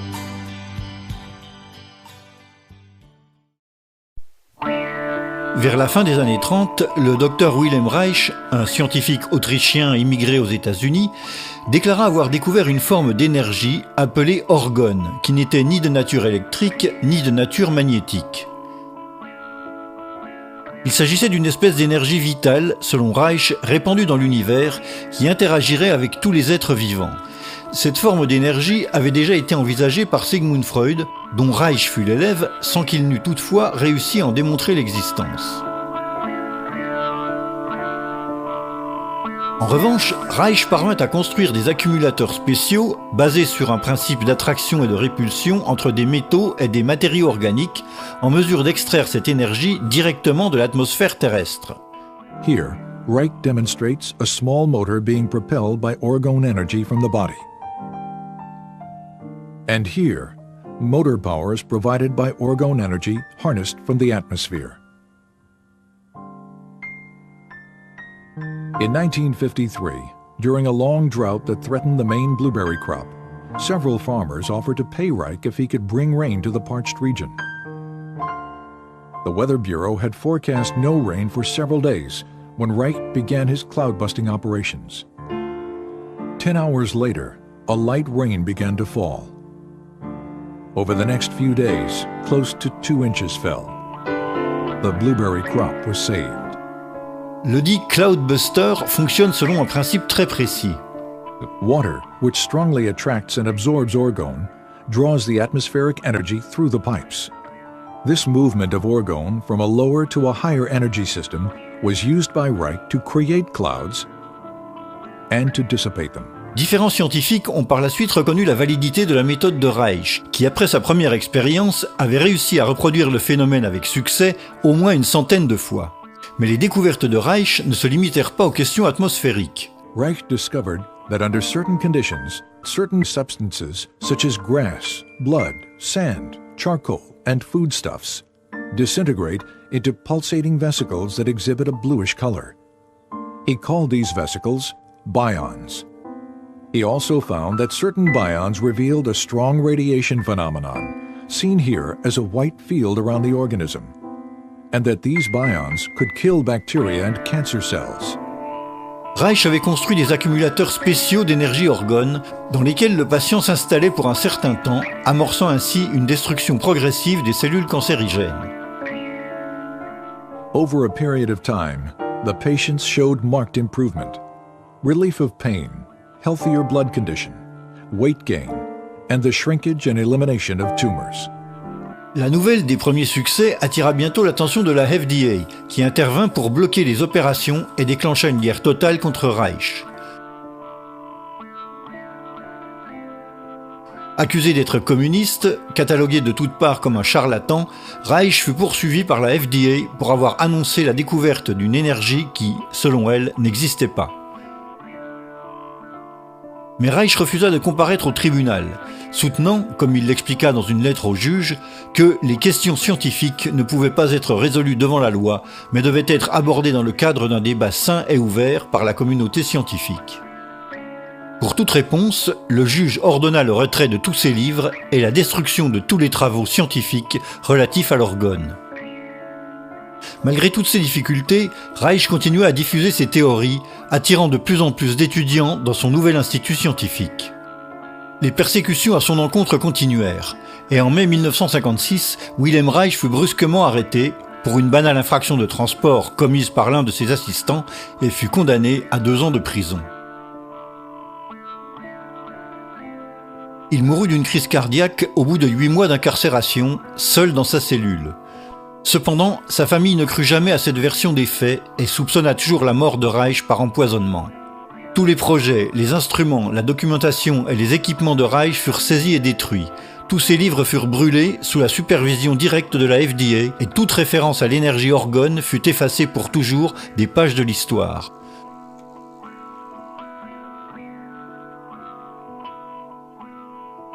On n'avait jamais assisté à une fureur si dévastatrice des autorités américaines contre une forme d'énergie qui, selon elles, n'existait même pas. In the course of the history of natural science, it always happened that profound or true thoughts or true facts were always either distorted or flattened out.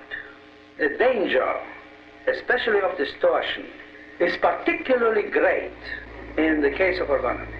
We must be scientific, we cannot be political in these matters.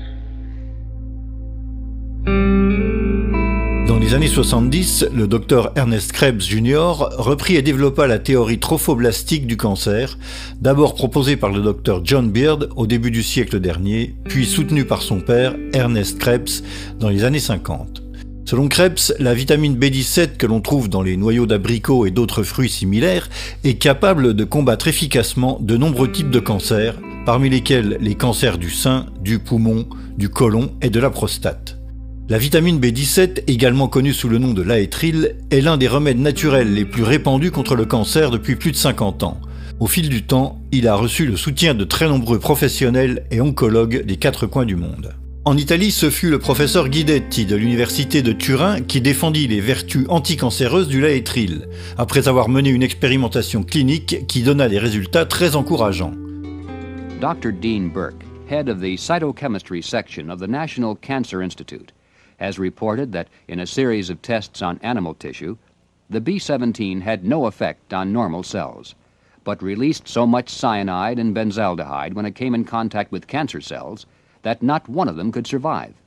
He said, "When we add Laetrile to a cancer culture under the microscope, we can see the cancer cells dying off like flies."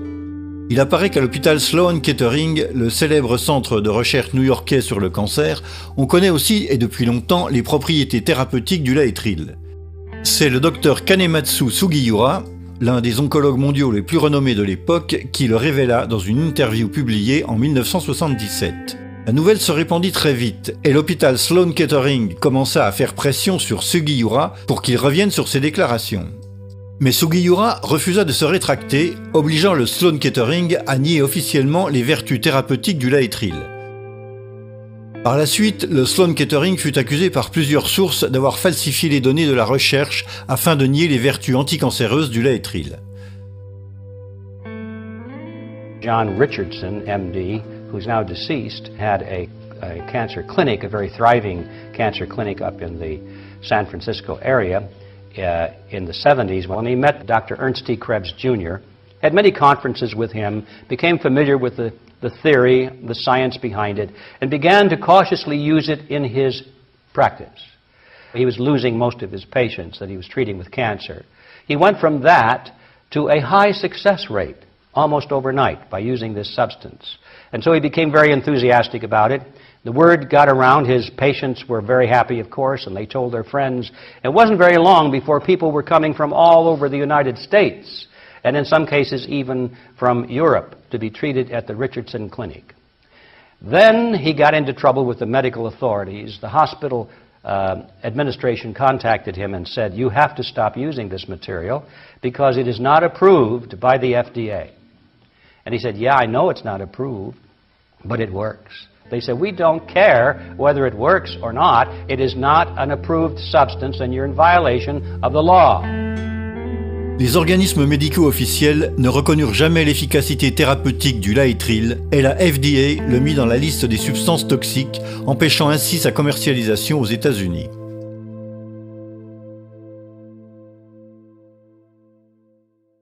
En 1992, le docteur William Lane fit les gros titres avec son livre intitulé « Les requins n'attrapent pas le cancer », dans lequel il soutint que le cartilage de requin était capable d'éradiquer de nombreux types de cancers.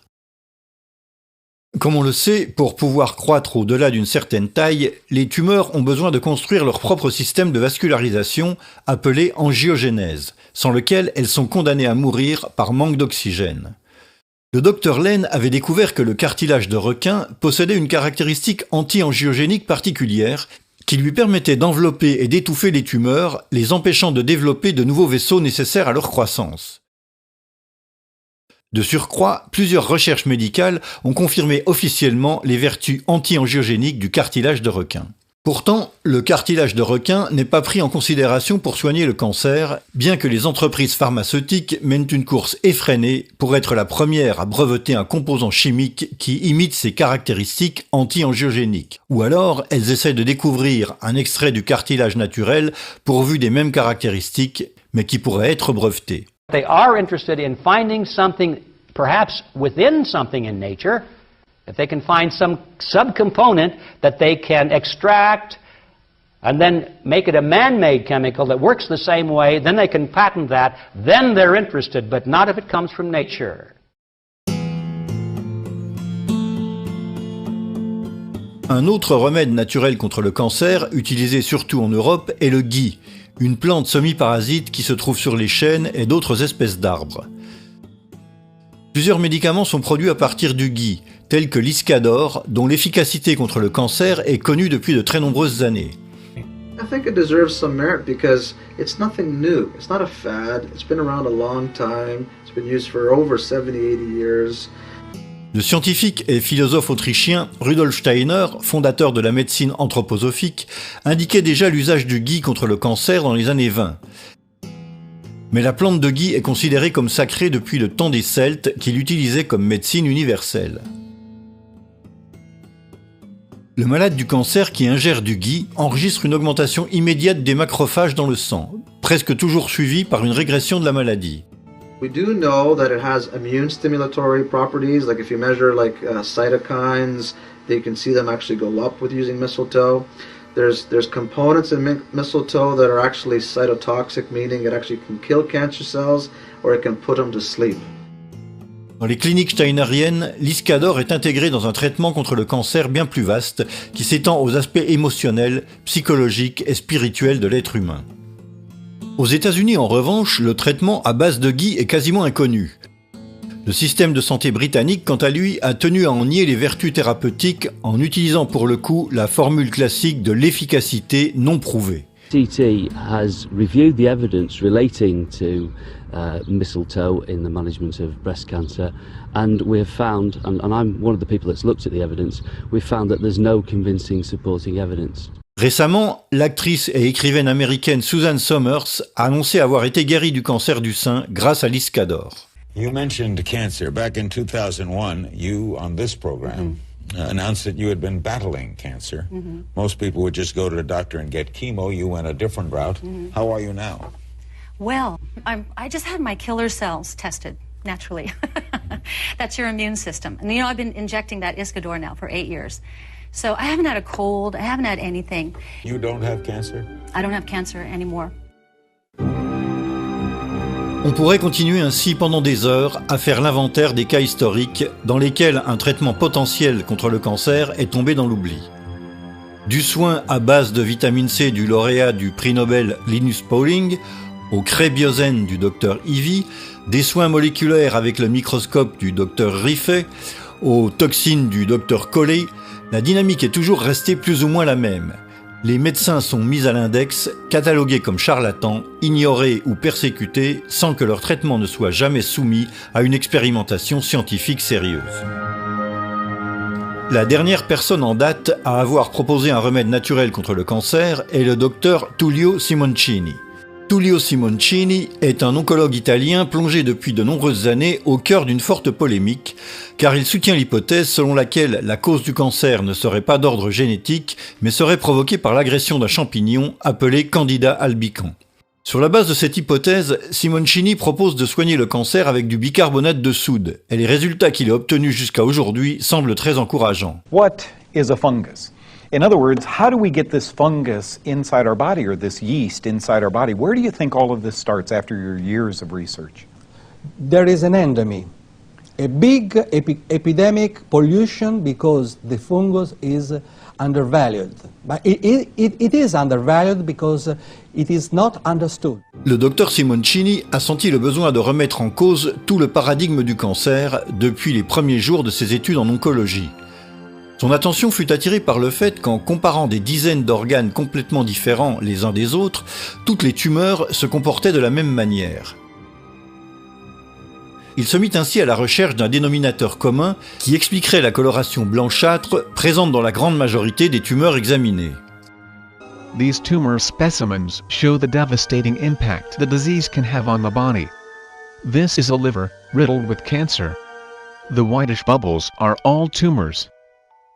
If you enter in the body and you reach an organ affected by the cancer, you can see that the lumps are always white. The lumps are white? Lumps are always white. Sometimes it is covered with blood or with the defense reaction. But in every post-mortem examination, scientists find the white lumps, the white masses, that is fungi. This is the pleura. We entered with the camera and look, the pleura should be red, but you can see all the lumps, all the cancer that is white. This is the heartbeat. This is a bronchial cancer. Look, we went into the bronchia. Look, they are white. And then in the colon cancer, this is red because there is a little bit blood. I washed it up. Okay, and now it's white. Now, look. It is always white. Blanc, comme la candida. En latin, Candida albicans signifie blanc éclatant. En soi, la présence de champignons dans les tumeurs n'est évidemment pas une nouveauté dans le monde de la médecine. L'oncologie officielle considère pourtant que cette présence est due à la nature opportuniste du champignon qui parvient à installer ses colonies seulement après l'apparition du cancer. Cette conviction semble toutefois contredite par une observation attentive de ce qui se passe entre les champignons et les êtres vivants, au niveau les plus bas de la hiérarchie animale. Spores from a parasitic fungus called Cordyceps have infiltrated this ant's body and mind. As soon as she is discovered by the workers, the ant is taken away and dumped far away from the colony. It seems extreme, but this is the reason why. After a while, the fruiting body of the Cordyceps erupts from the ant's head.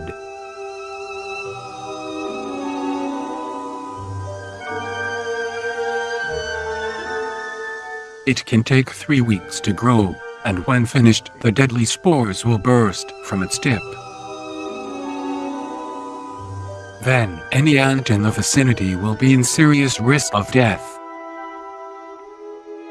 The fungus is so virulent, it can wipe out whole colonies of ants.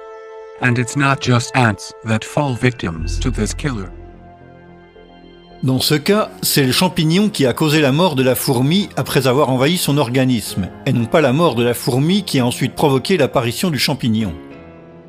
Ce qui semble normalement être un simple opportuniste se révèle en réalité un véritable assassin. Allora viene il dubbio, non sarà che viene prima debilita l'organismo e poi nel momento in cui la si vede è il momento della massima invasione? Chi ci dice che sia solamente un post hoc? Il fatto che ci sia è un dato di fatto, il fatto che sia un post hoc è un'interpretazione. So the oncologists and scientists say because the cancer invades the organism, it gets weak and the candida that is opportunistic invade the organism. On the contrary, I say that the candida enters to the organism, makes the cancer, destroy the organism and explodes everywhere. La candida est un champignon très commun, particulièrement observé chez les femmes qui développent parfois une infection fongique dans leurs organes génitaux. The vagina is a muscular canal that leads from the outside of the body to the uterus. The warmth and moisture of this canal create a perfect environment for microorganisms to breed. For example, bacteria called lactobacilli, which are naturally present in the vagina, coexist with a yeast fungus called Candida albicans. Normally, the lactobacilli create an acidic environment that keeps the natural yeast population in balance. However, when conditions within the vagina change that either decrease the numbers of lactobacilli or decrease the acidity, these yeast fungi begin to multiply. Normalement, le système immunitaire contrôle sa croissance, l'empêchant d'établir des colonies permanentes. Voici un leucocyte ou globule blanc qui se rend compte de la présence d'un champignon et qui l'enveloppe et l'avale lentement pour le tuer. Si toutefois les défenses immunitaires de l'individu, quelle qu'en soit la raison, sont inférieures à la normale, la candida peut réussir à s'agréger et à se reproduire pratiquement partout dans le corps humain. Esistono le candidosi superficiali, quelle che attecchiscono sugli epiteli, le candidosi classiche del cavo orofaringeo, della vagina, eccetera, eccetera. E poi esistono le candidosi profonde, quelle in cui la candida è riuscita a sorpassare gli epiteli e il sistema immunitario e è riuscita a radicarsi nell'interno dell'organismo, in un organo. Il momento in cui un fungo entra dentro il tessuto connettivo nella parte interna dell'organismo, si chiama la candidosi intima, evoca una reazione di tipo immunitario cellulare che porta alla formazione del tumore. Il tumore secondo me sarebbe quindi l'insieme dell'invasione fungina più la reazione cellulare que l'organisme mette in campo. En d'autres termes, ce que nous appelons tumeur ne serait en aucun cas une réplication folle de nos cellules, mais une défense lucide et désespérée mise en œuvre par nos organes dans une tentative de repousser l'agression de la colonie fongique. Toujours d'après Simoncini, Les métastases ne sont pas des cellules tumorales qui abandonnent l'organe malade pour aller se reproduire ailleurs, mais sont de petits groupes de champignons appartenant à la tumeur primaire qui se retrouvent dans le flux sanguin durant les biopsies ou les opérations chirurgicales. Ces groupes de champignons s'arrêtent à l'endroit le plus opportun et se préparent à tirer avantage d'un organisme déjà affaibli en attente d'établir de nouvelles colonies dès que possible. Une fois ce processus invasif engagé, il devient nécessaire de rétablir au plus vite l'efficacité maximale du système immunitaire. Si à l'inverse on administre à un patient des chimiothérapies, celles-ci ne feront rien d'autre qu'accélérer la destruction de ses défenses immunitaires naturelles, puisque ces composants tuent sans distinction les cellules malades et les cellules saines. Si la chimiothérapie est en effet capable de prolonger l'espérance de vie de quelques mois, elle rend en fait impossible la reconstruction des défenses naturelles de l'organisme, qui de cette façon est destiné à un moment ou à un autre à succomber à l'assaut multiple des colonies fongiques. Pour vérifier cette théorie, Tullio Simoncini songea à combattre le cancer avec le bicarbonate de soude, l'un des pires ennemis naturels des champignons. Sodium bicarbonate is the strongest substance against fungi. It cannot adapt to a salt because it is not a complex substance. That's why the antifungal today's antifungal drugs are ineffective, because the fungi can adapt themselves in 3-4 days. For a fungus, you give an antifungal drug, you can kill the first layer, but the second layer they get used and they eat drugs, chemotherapy, everything. Gennaro San Germano est l'un des premiers patients guéris au bicarbonate par Simoncini. En 1983, il fut diagnostiqué d'un cancer du poumon en phase terminale et on lui annonça qu'il ne lui restait que quelques mois à vivre. En 2006, soit 23 ans plus tard, il donna cette interview. Buonasera. Buonasera, io mi chiamo Massimo. Mi sembra di parlare con una persona molto fortunata, mi sembra di capire, giusto? Sì, molto fortunato, veramente. Perché i pesi... Molto fortunato, ma grazie a Dio al dottore Simoncini. Sono incontrato con fortuna perché mi aveva detto che non ne fa un altro ricovero. Perché la macchia si stava allargando quando sono andato alla visita. E ha detto vieni da me, sono andato con la cura che mi ha dato lui, con grazia di Dio. E ci ha messo, mi diceva la moglie, ci ha messo 8-9 mesi a guarire? Sì, oltre 9 mesi. Però se n'è andato via tutto il tumore? Sì, per grazia di Dio, sì, che hanno ritrovato che è andato via. Non credere, però a me è andato bene. Già è lì, infatti. Ecco, perché mi hanno detto che c'aveva 6-7 mesi di vita addirittura. Lei non ha fatto nessun'altra cura insieme a Simoncini, cioè lei è sicuro che l'ha guarita questa cosa qua? Sì. Non ha fatto nient'altro? La cura di Simoncini altri non sono andati. Adesso solo che qui qualche raffreddore, la febbre, mi hanno un altro medico. Vabbè, chiaro, normale. Allora, comunque con la cura là me l'ha fatta solo lui. Non ha fatto nient'altro insieme? No. Ho capito. Après ses premiers succès, Simoncini demanda à présenter sa documentation au ministère de la Santé, espérant que sa thérapie serait soumise à des tests cliniques basés sur des protocoles scientifiques légaux. Non seulement il se heurta à un mur de silence, mais il fut de surcroît radié de l'ordre des médecins pour avoir administré aux patients du bicarbonate de soude, indiqua l'exposé des motifs, pratique dépourvue de fondements scientifiques et non exercée en Italie. Des motifs encore difficiles à comprendre, étant donné que l'usage du bicarbonate contre les tumeurs est suggéré par les livres anciens de médecine orientale. Alkali of strong potency should be used in diseases arising from anella, schleusma, meta, cancerous growth and such others which are very difficult to cure. Ce livre a plus de 1000 ans. Tout de suite après, le docteur Simoncini fut la suite d'une campagne de discrédit dans les plus importants médias italiens où il fut dépeint comme un charlatan et un escroc sans scrupules. Amici di Striscia, oggi vi parleremo di un personaggio che dice di curare i tumori con il bicarbonato. Seguiteci. Buonasera, Jimmy Ghione, Striscia la notizia. Come va? Niente, Senta, ma com'è questa storia del bicarbonato? Ci può raccontare com'è che si curano i tumori con il bicarbonato? E ci può raccontare un po' com'è questa storia? Se basta il bicarbonato per curare i tumori. Aspetti che bevi scendo. No, aspetti, che ma perché fa così?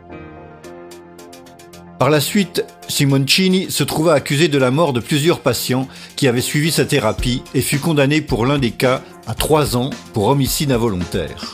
Les médias s'emparèrent immédiatement de la nouvelle et portèrent un coup fatal à sa réputation. Francesco Cognetti, direttore scientifico dell'Istituto Nazionale dei Tumori della Regina Elena di Roma, uno dei più importanti oncologi italiani. No, perché quando parliamo di medicina e anche di cure innovative bisogna stare attenti. Dice quest'uomo, sto Simoncini, è un fungo, il tumore è un fungo e si cura col bicarbonato di sodio. L'impressione immediata di un grande medico. Beh, una tesi bizzarra, voler essere ottimisti, e direi che è pazzesco, non c'è nessuna dimostrazione che ci siano rapporti tra infezioni fungine e neoplasie, né tantomeno che i funghi siano l'unica causa di cancro, come sostenuto dal dottor Simoncini. Possiamo dire con assoluta certezza che il bicarbonato di sodio al tumore purtroppo non gli fa nulla, se no sarebbe stato molto semplice assolutamente affrontarlo. nulla, ma può essere, devo dire, anche pericoloso, perché se somministrato a dosi importanti può determinare squilibri metabolici importantissimi che possono compromettere la funzione renale, la funzione respiratoria, la funzione cardiaca, cerebrale, e quindi è un farmaco che, se somministrato a dosi importanti, può determinare anche la morte. Quando si parla di potere, che cosa significa in pratica? Significa questo, che se uno dice una cosa nuova o grossa, come è successo a me, si attiva all'ordine, uno, mandano i giornalisti che dicono quello che vogliono, attivano denunce false, le magistrature, con cose inesistenti, ma tanto ti mettono il mare in mezzo, e alla fine uno deve remare contrario per dimostrare qualcosa di valido. E questo lo fanno con tutti, perché c'è, secondo me, una mancanza di lungimiranza. Le paradoxe se situe dans le fait que Simoncini n'est pas du tout un médecin alternatif, ou du moins contraire au système, mais il est peut-être le plus allopathique et orthodoxe de tous. La strada per far fuori il fungo dentro, fuori e anche il tumore sia quella di concepire degli antifungini a cascata sequenziale. Il concetto in chemioterapia esiste, le terapie sequenziali fatte a cicli, eccetera, eccetera, perché bisognerebbe scogitare degli antifungini che sono efficaci in un primo momento, come il fungo varia, cambiare l'antifungino in funzione della variazione del fungo e così stargli dietro secondo le variazioni. Però dovrebbero venire in campo le case farmaceutiche in questo momento, perché adesso non capiscono questo grosso affare che c'è sotto. Loro vedono la multinazionale che fa, vede il pericolo dell'azzeramento dei chemioterapi, eccetera, e fa guerra, fa terreno bruciato a tutti. Chi dice qualsiasi cosa gli taglia il collo.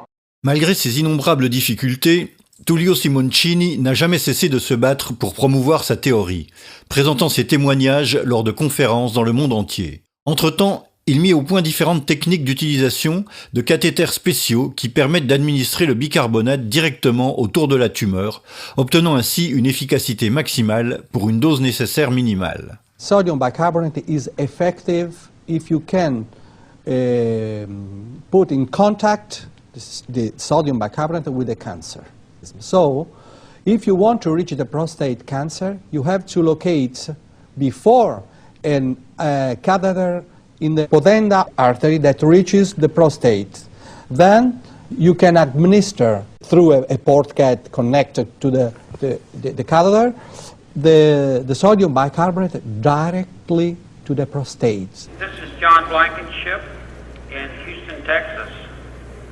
I was diagnosed with prostate cancer in about August of 2007. They did a biopsy and later on scheduled me for radical prostatectomy. Opposé à l'idée de perdre sa prostate, Blankenship se mit à la recherche d'une solution alternative et choisit d'opter pour la thérapie de Simoncini. And I arrived Rome on the 1st of February, and on Monday, on the 4th of February, we put a catheter in. So I flew back to the United States with the catheter in place and started on a treatment schedule of 6 days of infusions and then 6 days off for rest. And we did 4 or 5 of these cycles. I just took on Tuesday, the 26th of August 2008, a ultrasound examination of my prostate, and Apparently, the doctor, I consulted with him, and he said he couldn't find anything. He wrote a report to that effect, and I faxed the report to Dr. Simancini today, and he was delighted with the results. He said it's all gone. So, according to this ultrasound scan, your cancer is gone. Yes, sir. Can you believe that? I absolutely believe it. I believe everything that Dr. Simancini says. And then there are some type of cancer, breast cancer, doesn't need of the catheter, bladder cancer, brain cancer. You're saying a urethral catheter can deliver sodium bicarb to the bladder. Yeah. La cura non esisteva di mettere quel carbonati di sodio diluito al 5%, cosa normale per magia, veniva un infermiere col catetere e me lo metteva in vescica. Après 7 interventions chirurgicales, le cancer de la vessie de M. Giordano était toujours réapparu, et on lui avait annoncé qu'à ce stade, tout l'organe allait devoir être retiré. M. Giordano choisit au contraire d'essayer la thérapie au bicarbonate du docteur Tullio Simoncini. La terapia, a distanza di una settimana, vado a rifare il controllo e era tutto sparito, non c'era più. È tutto pulito? Tutto pulito. Non c'è. Son médecin traitant nous en apporte la confirmation. Adesso i risultati ci dimostrano effettivamente che questa terapia è stata efficace, efficacissima, vista la guarigione, e io penso che questa terapia sia veramente una cosa innovativa, una fortuna che ci sia, insomma. Lei è medico, diciamo, generico? Medico chirurgo, sì, medico di famiglia. Un autre organe relativement facile à atteindre avec la solution de bicarbonate est l'utérus. Nell'ottobre del 2007 mi hanno diagnosticato una displasia nella cervice del collo dell'utero, vale a dire che ho saputo intorno al 27-28 dicembre di avere un carcinoma microinvasivo del collo dell'utero che sarebbe potuto così estendersi. No? Les médecins dirent à Sylvia qu'elle aurait dû procéder au plus tôt à l'ablation complète de son utérus avant que la tumeur ne se diffuse dans d'autres parties du corps. Après des recherches difficiles et contre l'avis de tous, Sylvia décida finalement d'opter pour la thérapie non invasive de Tullio Simoncini. Quindi praticamente hai fatto tutto da sola, cioè? Tutto da sola, infatti ho fatto tutto da sola. Ho acquistato immediatamente del bicarbonato e la sera stessa ho cominciato a fare questi lavaggi della durata di un'ora, un quarto d'ora per posizione, che erano il corpo sul fianco, poi prona, e dopo neanche 2 mesi, diciamo 7 settimane, ho fatto un controllo il quale si è avverato completamente negativo, privo, un controllo con una microcolposcopia che non ha rilevato nessuna anomalia cellulare. Depuis lors, Sylvia a fait 5 nouveaux contrôles qui se sont tous révélés négatifs. Les personnes de son entourage qui lui avaient fortement déconseillé d'abandonner les thérapies officielles semblèrent plus stupéfaites qu'elle-même. Adesso che dicono queste persone? Adesso sono così, tra l'ammirazione e la sorpresa e l'ingenuità, perché mi vedono, sto bene, non ho più nessun tipo di... soprattutto poi come te l'avevano messa, che è assolutamente urgentissimo. Sì, veramente incredibile. Io mi chiamo Annalisa e nel 2002 ho avuto questo tumore al cervello. In 2002, Annalisa Grillo was diagnosed with a brain tumor called astrocytoma. She underwent surgery, followed by chemo and radio cycles, only to see a relapse in 2006. The consequences of the second surgery were even worse. La seconda operazione che mi ha lasciato paralizzata per metà corpo mi hanno portato a questo. Quindi mio marito Massimo si è dedicato ad altri tipi di medicina. E tra le varie possibili ho creduto di iniziare quella del dottor Simoncini, una cura a base di sodio bicarbonato endovena. After 4 cycles of sodium bicarbonate, the RMI test showed a small reduction in the tumoral mass. Dopo un po' di tempo quel mese più o meno si sono verificati i primi risultati positivi. A second set of 4 cycles reduced the mass of the tumor even further. The last 14 cycles, between March and August 2007, managed to clear the tumor completely. La quale cura ha portato alla totale regressione della lesione, permanendo ad oggi soltanto un piccolo esito tipo cicatriziale postumo dell'intervento. Le docteur Simoncini est convaincu que les cancers de la peau sont également causés par un champignon, et il suggère de les traiter avec de la teinture d'iode, suivant une procédure précise qui nécessite plusieurs cycles d'application selon les cas. My name is Dragan Mišić and I come from Perth, Western Australia. Because in Australia, especially in Perth, they couldn't cure my basal cell carcinoma and melanoma, I had 2 operations and many treatments with liquid nitrogen. But they completely damaged my skin. And what did you do after that? I applied the same therapy that Dr. Simoncini described in his book, Cancer is Fungus. I applied that for about, a few weeks, and the cancer is gone? Totally gone. For the first time, I feel, cured and free, and I feel like I got my life back again. Same story for Gemma, who had a basilioma on her chest and cured it with the same procedure. Una dimostrazione come dovevo spennellare con la tintura di iodio, io ho capito perfettamente, ho continuato e tempo 2 mesi, come c'era scritto nel libro, è andata via. Malheureusement, toutes les tumeurs ne peuvent pas être atteintes facilement et combattues avec la même efficacité. Les os, par exemple, sont peu irrigués et il est souvent difficile d'y faire parvenir la quantité de bicarbonate nécessaire pour éradiquer les colonies fongiques les plus volumineuses. Le dernier témoignage est consacré à une personne qui s'est retrouvée en même temps des 2 côtés de la barrière. Io mi chiamo Carmelo Lombardo. Di mestiere? Sono nato, mestiere faccio il medico. Après qu'on lui ait retiré une tumeur au côlon, le docteur Lombardo découvrit avoir des métastases au foie. Peu après son opération au foie, il découvrit que le cancer avait atteint ses 2 poumons. Ormai avevo detto vabbè, quando sono stato operato dai miei cari non l'ho detto, però pensavo di avere se no 1 anno e mezzo, 2 anni, forse. Après son opération du foie, le docteur Lombardo prit connaissance de la thérapie de Simoncini et décida de se servir des cathéters déjà mis en place pour sa chimiothérapie, mais pour y introduire la solution de bicarbonate de soude. Quindi lei aveva il port per la chemio e invece l'ha usato per infilare il bicarbonato? Il bicarbonato, sì. Il port dove ce l'aveva esattamente? Il port ce l'ho all'altezza della seconda costola, precisamente hanno incannulato la carotide interna e raggiunge la cava superiore. Après plusieurs cycles de bicarbonate, un examen au scanner révéla la disparition totale des 2 tumeurs du poumon. Con esame fatto con mezzo di contrasto e senza contrasto non si apprezzano lesioni né di tipo primitivo né di tipo secondario. Lei ha un messaggio da dare ai suoi colleghi medici?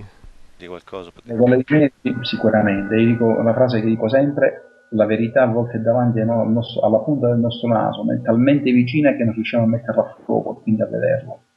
Quindi cerchiamo, e poi un'altra cosa, la verità non esiste una verità. La verità non è qualcosa che tu puoi pensare di possedere. La verità è ricerca. La verità la trovi soltanto se ampi i tuoi orizzonti, se allarghi il tuo modo di vedere.